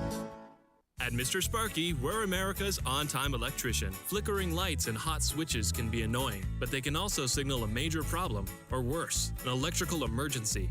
So play it safe and leave it to the experts at Mr. Sparky. Trust our team of professional, clean, and friendly electricians. We'll get it done right and get it done safely. You don't have to put up with any malarkey. Call 888-8-Sparky. Independently owned and operated. Licensed in the respective state or county. Southern Fidelity Mortgage. Think of them as a loan for everyone, offering more products than anyone else and the guaranteed lowest rates and costs in town. Of the 2,000 loans that Southern Fidelity Mortgage has pre-approved over the last 10 years, all but one have closed. That's unprecedented in the banking business. For FHA, VA, rural development, and conventional mortgages, for the best mortgage experience in town, it's Southern Fidelity Mortgage. Call Southern Fidelity Mortgage Company at 256-656-5936. I'm attorney Gary Lackey. If you've been injured and need a lawyer right now, and pick up the phone to call, one you've seen on a billboard or on TV begging for your business, do you know who you really get? I'm attorney Jennifer Lackey. You want to talk to your lawyer. You don't want to reach a call center, not in some office 100 miles away. With the Lackey Law Firm, that never happens. My clients talk to me. And me. I'm attorney Justin Lackey. We're the ones that you talk to. We're the ones that you meet with. And we're the ones who handle your personal injury case. You want to talk to me? You just call me. And we'll take care of it. You worry about getting well. We'll take care of the rest. The Lackey Law Firm. And I'll go you one better. If you can't come to us, we'll come to you. The Lackey Law Firm. The Lackey Law Family. 1-800-4-RIGHTS. No representation is made that the quality of the legal services to be performed is greater than the quality of legal services performed by other lawyers. You've got to experience Toyotathon at Bill Penny Toyota. They've got the selection with over 700 new Toyotas to choose from. And they've got the extras with Bill Penny perks and a 10-year unlimited warranty. So get on over to Bill Penny Toyota today and experience Toyotathon. Bill Penny Toyota in Huntsville and online at BillPennyToyota.com. Bill Penny's Toyota 10-year unlimited warranty is valid through the 10th year of ownership. Valid on new vehicles only. See dealer for details. Welcome back. Talking Ball 97.7 ESPN, The Zone. Scott Tyson, Drew DeArmond. And Jason Caldwell made some interesting points. No doubt. Not just about the Auburn Tigers, but about college football as a whole. Because think about this. We talk about the transfer portal and how much money that these quarterbacks could get paid coming. These top-tier quarterbacks. When I say top-tier, the Kyle McCords. Let's see here. I've got a list here of names that are what they call, the Grayson McCalls, Dante Moores, Will Rogers, Cameron Ward, Will Howard from Kansas State, Riley Leonard, Dylan Gabriel. Some of the top names that are in the transfer portal for quarterbacks right now. Look, here's the thing. The transfer portal is going to stay there. Kids are going to get paid. But how does it stop? How does it stop from being out of control? Programs saying, you know what? I'm not going to pay $1.5 million for a quarterback. I'm not going to pay $2 million. Jason just said Auburn was doing. Yeah. Because you wondered why Auburn, because I kept waiting, like, okay, is Auburn going to be mentioned with one of these handful of quarterbacks that's making visits and trying to find a place to land, and you never heard anything. And they do have Peyton Thorne back because that was reiterated when he enrolled at Auburn that he had 2 years of eligibility left. And then you hear Jason tell you, and Jason would know as well as anyone, that, look, Auburn does not want to pay the $1 million plus price tag that it's going to take to get a quarterback. How many other schools are going to sit there and say, you know what, I'm good. I'm going to pass. I'm not going to take a flyer on a $1.5 million quarterback kid out of the portal. I'm just going to go with what I have. Right. I mean, or you're going to, or maybe you'll double down if you're Nebraska and you're awful. I mean, if you're having Kyle McCord visit, but then also Raiola, like, are you going to pay them both? I mean, that's the thing.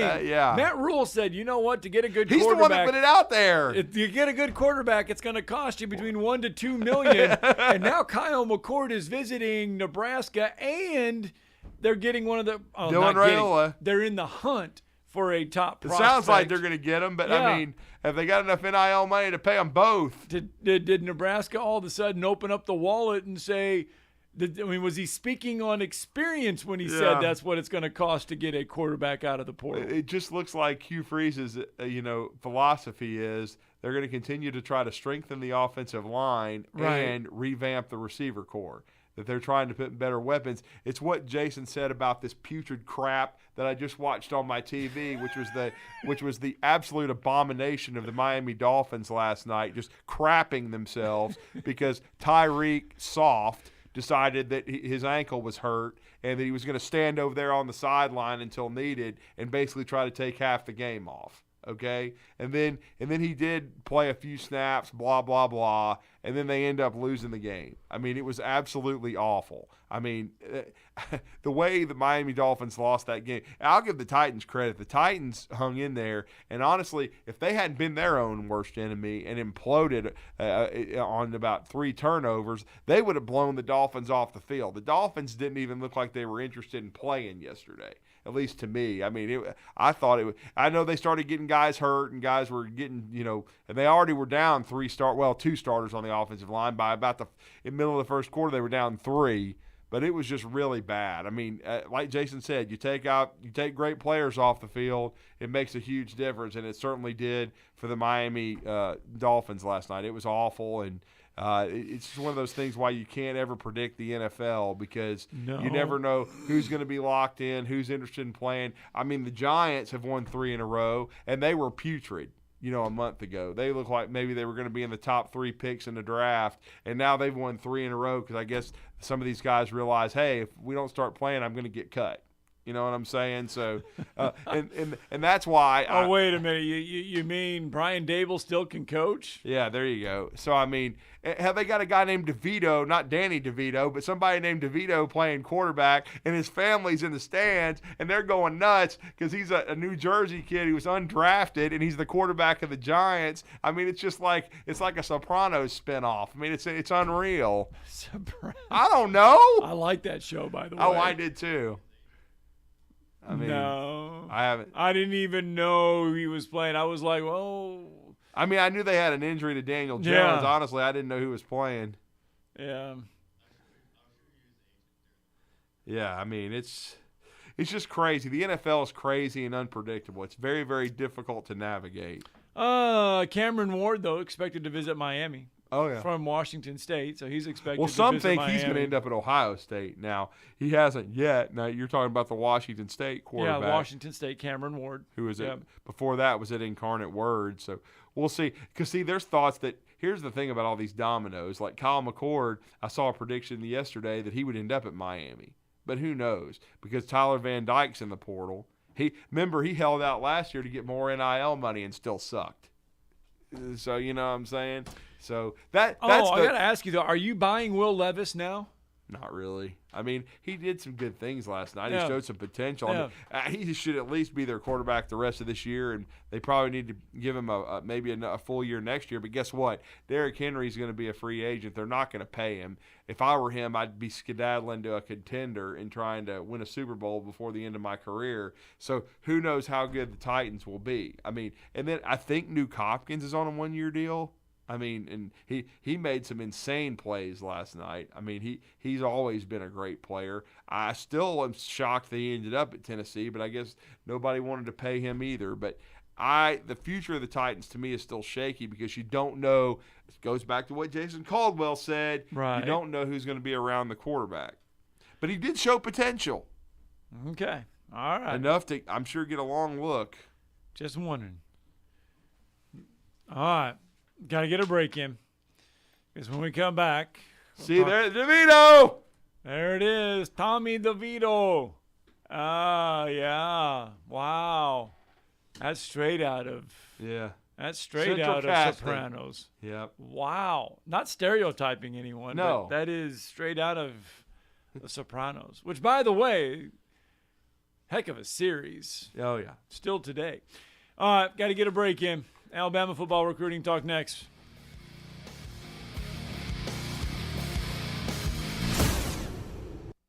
You're listening to Talkin' Ball on 97.7 ESPN The Zone.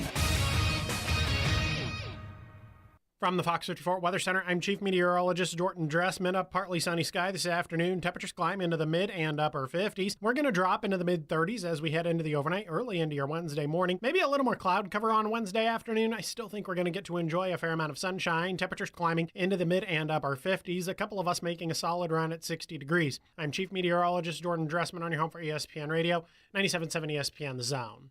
Got a new wreck on 565. This one's eastbound, just west of County Line. Got a couple of injuries in it. Got one on 431 near Sutton Road. Apparently got a bus involved. They've checked it. No injuries in that one. Got a wreck southbound on the Hudson Memorial Bridge headed into Decatur. Left lane's blocked up there. And we've got Central and Gordon in Decatur reported as a no injury, but it's got blockage. You get 2 pieces of hand-breaded juicy tender signature chicken and a buttermilk biscuit for $4.99 at Popeyes. University in Jordan, 72 in Jeff, and North Parkway. Captain Nick in the Popeyes Skywatch Traffic Center. Hey folks, Rich Eisen here. So this football season's really heating up, and the guys on my show, they're having a blast with Prize Picks. And now with basketball season in full swing, they're able to pick combo projections across both sports. Join them on prizepicks.com/primetime. Easy gameplay and an enormous selection of players and stat options are what they tell me makes Prize Picks the #1 daily fantasy sports app. And right now, Prize Picks will match your first deposit up to $100. Brockman is loving that aspect. He's hooked. And all you need to do is visit prizepicks.com/primetime and use code primetime. That's code primetime at prizepicks.com/primetime for a first deposit match up to $100. Don't be left on the sideline this basketball season. Go to Prize Picks, daily fantasy sports made easy. Must be present in certain states. Visit prizepicks.com for restrictions and details. Are you tired of chasing a roofing contractor to show up on time or even show up at all? I'm Sam Fleming with Fleming Roofing and Restoration. Our motto at Fleming Roofing is we show up. Our goal at Fleming Roofing is to provide the reliable customer service that you deserve, and we have the resources to meet all of your roofing needs: residential, commercial, industrial, replacement, or repairs. We are manufacturer certified for roof coatings, single-ply membranes, and asphalt shingles. Whenever you need a roofing professional you can count on, call Fleming Roofing and Restoration. We are committed to finding the solution that meets your needs.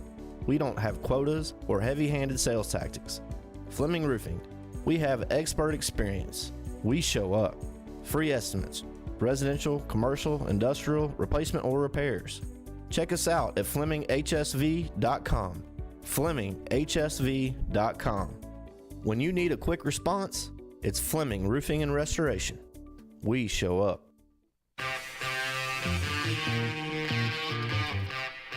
Well, you can get satisfaction from recruiting. You can get satisfaction from the transfer portal. Alabama getting satisfaction from the recruiting trail yesterday with the reclassification and the announcement of one big in-state recruit from Saraland that they got, which we just talked about it with Jason too. Yeah, it's been a topic on the show. Ryan Williams is Saraland, and we heard from the Auburn side of things, and Jason Caldwell told us that how he and Christian Clemente spoke with Ryan Williams at the Super 7 when it wrapped up on Friday. This next gentleman was there as well. It was maybe the high school game of the year, a 31-28 win for Clay Chalkville as Saraland went for the downs. Scott, they skewed a short field goal that would have tied it and taken it into overtime to go for it on fourth down. They were stopped at the 2-yard line. It was an epic game, and we're going to talk some Alabama recruiting with our next guest. He covers recruiting for Bama 24/7, and that's Brett Greenberg, and he's been kind enough to join us. Brett, good morning. You're with Drew and Scott. How are you? How you doing, Drew and Scott? Appreciate you having me on this morning. Yeah, no problem. I know you've been super busy, just like Jason. You've been on the road. You were at the Super 7. You were in Montgomery. But I know you've been tracking this Ryan Williams situation. It's been in the works for several weeks, if not months. So I know you guys at Bama 247 were not surprised when this was announced yesterday. Yeah, absolutely. It's kind of been rumored for, like you said, months now, even into the summer. But what Jeff Kelly, Saraland head coach, was talking about at the ceremony yesterday kind of shows the type of kid that Ryan Williams is. He knew he was going to want to reclass. We kind of knew that was the case as well. But for him to kind of wait till the end of the season to not be a distraction to his teammates and his coaches and things like that kind of speaks to the person why Ryan Williams is. But yeah, again, it was rumored for a long time, and it finally happened. And got a lot of questions of, why isn't he signing December? Does that mean he's flipping, things like that? No, he's still got to wrap up a few core classes in high school. He'll sign in February, and then enroll in the summer. Yeah. It is hard to believe, and you just brought it up. It is hard to believe that first signing day period is just coming up next week. I mean, yeah, it's where did the time go on that one? Yeah, you're telling me. I feel like I was just over there covering 7-on-7s in the summer, and just getting excited for high school season. And now we're 8 days away from the early signing period. It's just kind of been a hectic few weeks, but I kind of wouldn't want it any other way. Yeah, and what are, in your mind, what are the storylines to follow? First, with Ryan Williams, to circle back, because I've had people message me and text me, and I had heard early on that I thought he was going to sign in February. He says he's going to sign on his birthday, February 9th, which I think the signing period in February starts February the 7th. There's thoughts that he may take visits. I know he told Auburn Undercover that he would do that. Now, AL.com, he just said he would consider enjoying the recruiting process. He said something about being in Tuscaloosa again this weekend. What are the plans for Ryan Williams, and can he sign early? I've heard both. I've heard he cannot. That's the way he has to wait until he finishes school, in the second semester, which means he'd have to wait till February to sign, or that he could sign in December. What's the true story here? Yeah, so I'm almost positive he cannot sign until February, until he's, considered a senior. His That's right. The age is another issue. That's a great point. Yeah, because he's 16 right now, going to be 17 in February. Correct. Correct, and I think that's kind of like what you were talking about there. He wants to wait till his birthday. One, because it'd be a great birthday, and two, more or less, he kind of has to, to be a certain age to sign those papers and then move along. And yeah, you hit on, him being in Alabama. He actually stayed in Alabama after the state championship loss. I was on a Friday night, and was kind of scouring social media like I do usually, and noticed he was in Tuscaloosa on Saturday as well, and someone was asking about it. He was just saying, just see with the coaches again, and then it's kind of another visit to get some of his teammates in there and take some photos and things like that. So it kind of just goes back to the type of kid he is as well, to be a top ranked wide receiver, a 5-star. A lot of these guys maybe have an ego or hard to reach or something like that. That's just not the case with Ryan. So we've talked about the signing day coming up. Is there a couple names that Alabama fans are going to sit there and be excited about that they going to be able to hear about in the next 7 days? Yeah, for sure. I think this class, jumps to 21 now. But excluding Ryan Williams, you're at 20 commits. All 20 commits have been locked in for a very long time and have confirmed with Bama 247.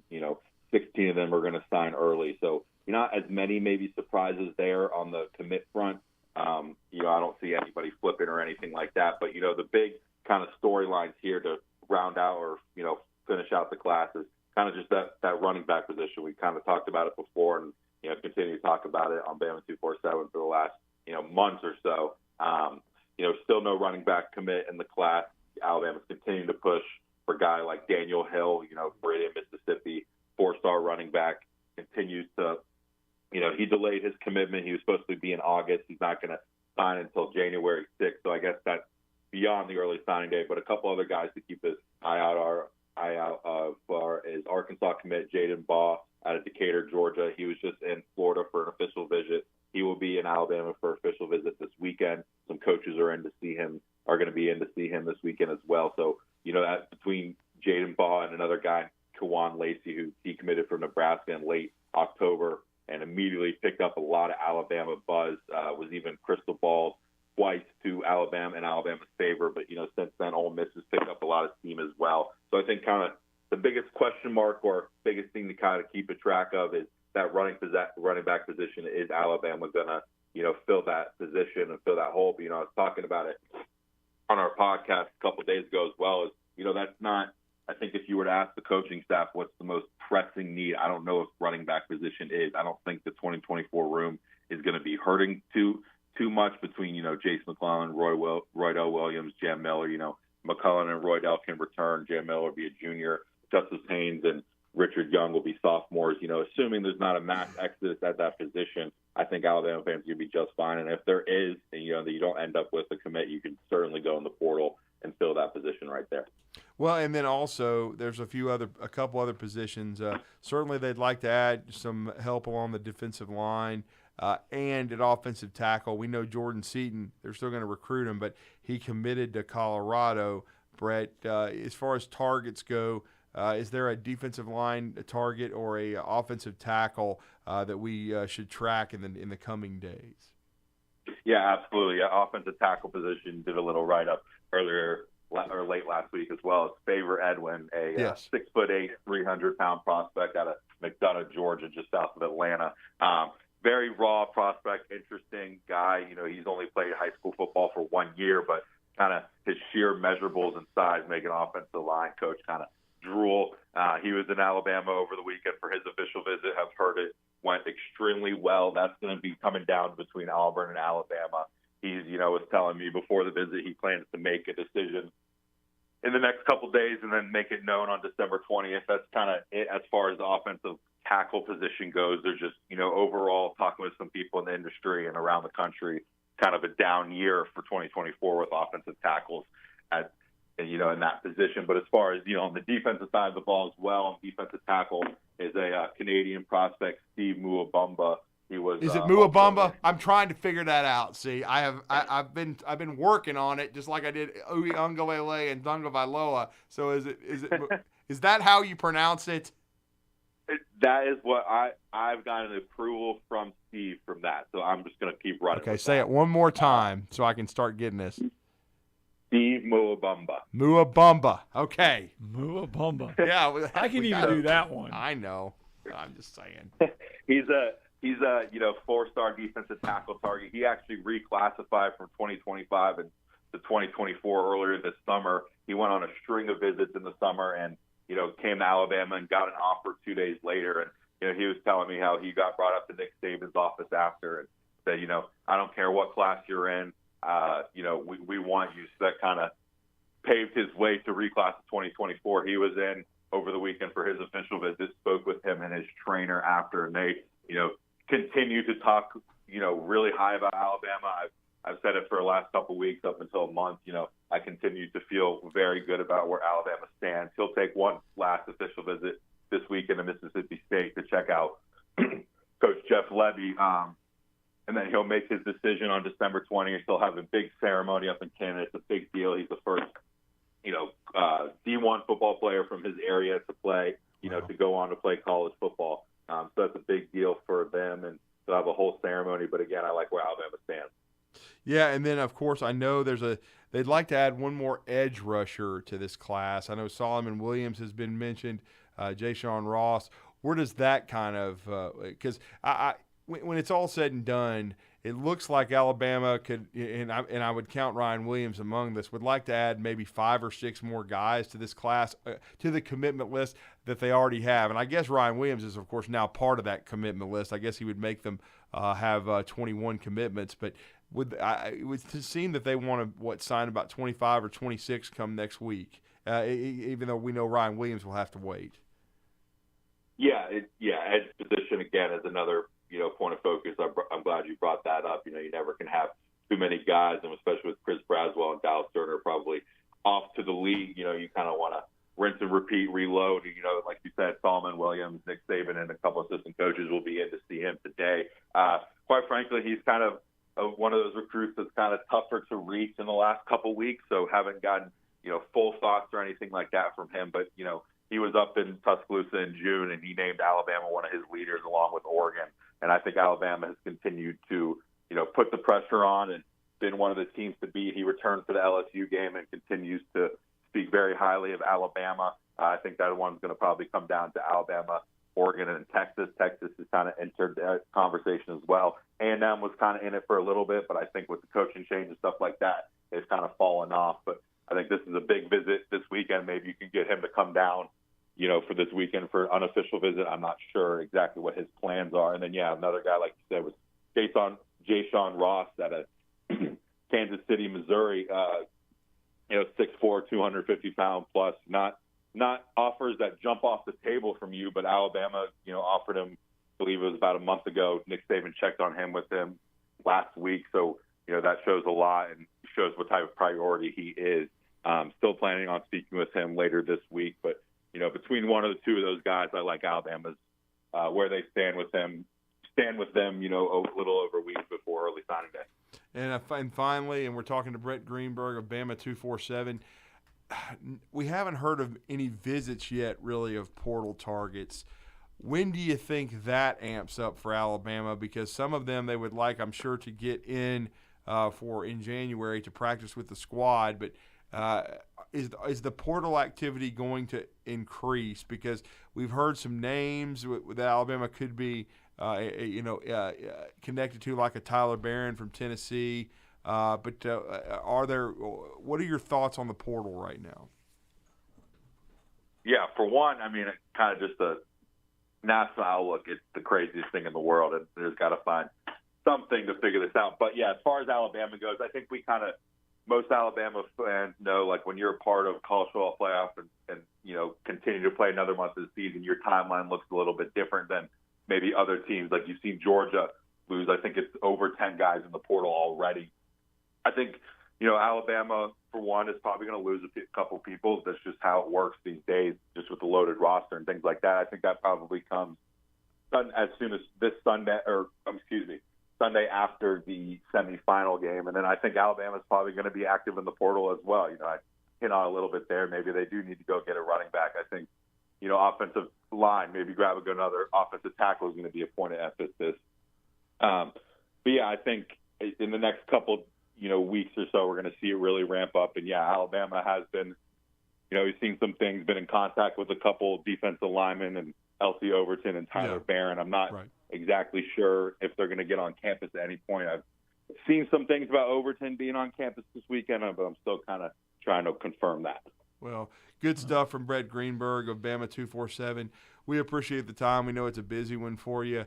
Recruiting never stops. I've covered it for many, many years myself, and and I know guys like yourself and Jason and that are very kind to come on. It's one of those things where you really no rest for the weary, especially with signing day coming up. But let everybody know how to follow your work, man. Yeah, absolutely. I appreciate it, Drew, and I'm happy to come on whenever I get the opportunity. But yeah, Brett Greenberg over at Bama 247. You can just look up Bama 247, and as well as Twitter at Brett Greenberg _. Continue to bring the latest updates day by day with coaches on the road, with the open contact period and things like that, leading up to National Early Signing Day. And thank you again for having me on. Thank you. Thanks. All right, let's get that final break in here. Tomorrow's headline is going to wrap it all up.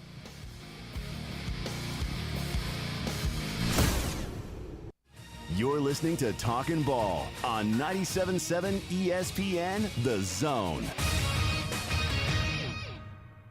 And a no-injury wreck in Decatur Central and Gordon. Also one on the Hudson Memorial Bridge southbound in the left lane. Working on clearing both of those. 431 and Sutton Road had a bus involved. That one's been cleared. No injury there. 565 eastbound just west of County Line. That one had a couple of injuries involved. Maybe a few more minutes before it's cleared out of the way. The end of the year is coming. If you need temp admin or accounting help for special projects, Snelling can help. Snelling, how the area's best companies hire talent. Huntsville.snelling.com. Captain Nick in the Jordan Lane, Popeyes Skywatch Traffic Center. Specializing in simple and affordable rentals, McCurry Van and Car Rental can make sure you have just the right vehicle for your next family vacation, weekend getaway, or if you just need transportation while your vehicle is being repaired. McCurry carries Ford Transit vans and Mercedes Sprinter vans, trucks and work vans, and more. And they offer discounted rental rates for long-term rentals. Now with 4 locations: Athens, Muscle Shoals, Coleman, and Huntsville. Log on McCurryRentals.com to make your reservation now. That's McCurryRentals.com. Injuries at work happen all the time in Alabama. So do motor vehicle and slip and fall accidents. If you're hurt at work or injured in an accident, I want you to call my good friends at Pond Lehocky Giordano. That's Pond Lehocky, Alabama's injury law firm. They got your back just like they've got mine. For personalized legal support, reach out to Pond Lehocky at 855-774-3838 or pondlehocky.com. No representation is made that the quality of the legal services to be performed is greater than the quality of legal services performed by other lawyers. Normally, when you call a roofing company, all you hear is, you need a new roof. Not when you call Fleming Roofing and Restoration. Since 1965, the folks at Fleming have been focused on what you need, whether it's an easy repair or a full roof replacement, commercial or residential. And when it comes to storm damage, you want Fleming on your side. They know all the ins and outs of insurance claims and will guide you through the entire process. Log on FlemingHSV.com and book your free estimate today. Fleming Roofing and Restoration. We show up. The new favorite place for delicious Mexican food is Coralejos Mexican Grill in Huntsville. Check out their reviews on Facebook and you'll see what people are raving about. Enjoy drink specials all day Monday through Thursday, like house margaritas for $3.99 and 12-ounce drafts for $2. Even vegan-friendly entrees on Monday starting at $5. Coralejos Mexican Grill, 1658 Old Monrovia Road in Huntsville. Follow them on Facebook and Instagram to stay updated on their specials. This segment of Talkin' Ball is brought to you by University Kia, the #1 volume Kia dealer in the state of Alabama. Located online at universitykia.com.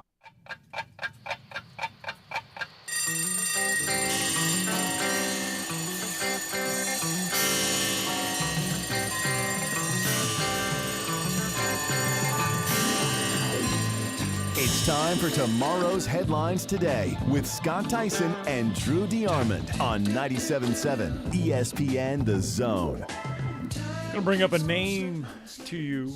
Yeah. Haven't heard it in a while. Right. Going to be back in the SEC as an assistant. Right. Trooper Taylor. Oh, yeah, I saw that. You see that? Mm-hmm. Has been. Was on Mike Elko's staff at Duke. Yeah, he's coming to Texas A&M, I think. He's the interim coach, I believe, at Duke. He's leading them through their bowl game. And he's – Are they giving away towels to wave? But he's going to be back in the league. He's going to be back in the SEC. He's going to make the move with Mike Elko over to Texas A&M. Of course, he's been, I think, with every SEC team. I know he's been with Auburn. He's been around. Yeah, he's been around. He certainly has. He's always was known as a recruiter. He was retained by Mike Elko. He was on the staff with David Cutcliffe. Yeah, and he's been in Durham for several years now. And I believe he still was on the staff. Brandon. Oh. Okay. Is he on the? Is he on the line? Oh, okay. I guess I'm going to open my first one. Well, now I'm hearing a beep. Oh, now we're hearing a beep. Uh-oh. If the 80 ounces of steak that we had this is kind of cool. What's that? This is a commemorative cup from the SEC Championship game where he went. There you go. Yeah, where they beat the Dogs. Sorry, Ethan. But, wow. Let's see what this is. Now, you got a shirt. Yeah, world's tallest elf. Oh, my God. Oh, my goodness. There's no telling what my shirt will be. Oh, Scott is the world. As if the 80 ounces of steak was not enough on Sunday. Right. 80 ounces of steak we devoured. Right. Got to see what this is. I'm having trouble getting it open here. Let's see what my shirt is. It's a Christmas-based shirt. We're wearing these for Christmas. You know that, right? Are we really? Yes, we are. Uh-oh. What does mine say before we go? It doesn't have anything on the back. No, it says it on the front. What does it say? Crack these nuts. We're wearing those for the show. You know that. For the moron of the year? Well, no, we got to wear it for the last day, the last show that we have. Before Christmas. Before Christmas. Gotcha. So we will wear these. I got to crack these nuts.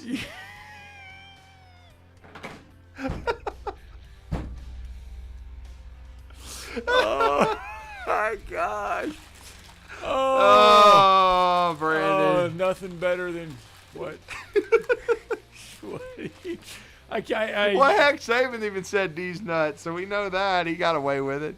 Well, there's nothing wrong with it. No. Nothing wrong with it. No. We will wear them on the 23rd. I think that's our last show. Or 22nd, I think. The kitchen is the heart of any home. It's where the family gathers. It's where kids discover old recipes and make them their own. Just starting out or just now getting started on the dream kitchen you've always wanted?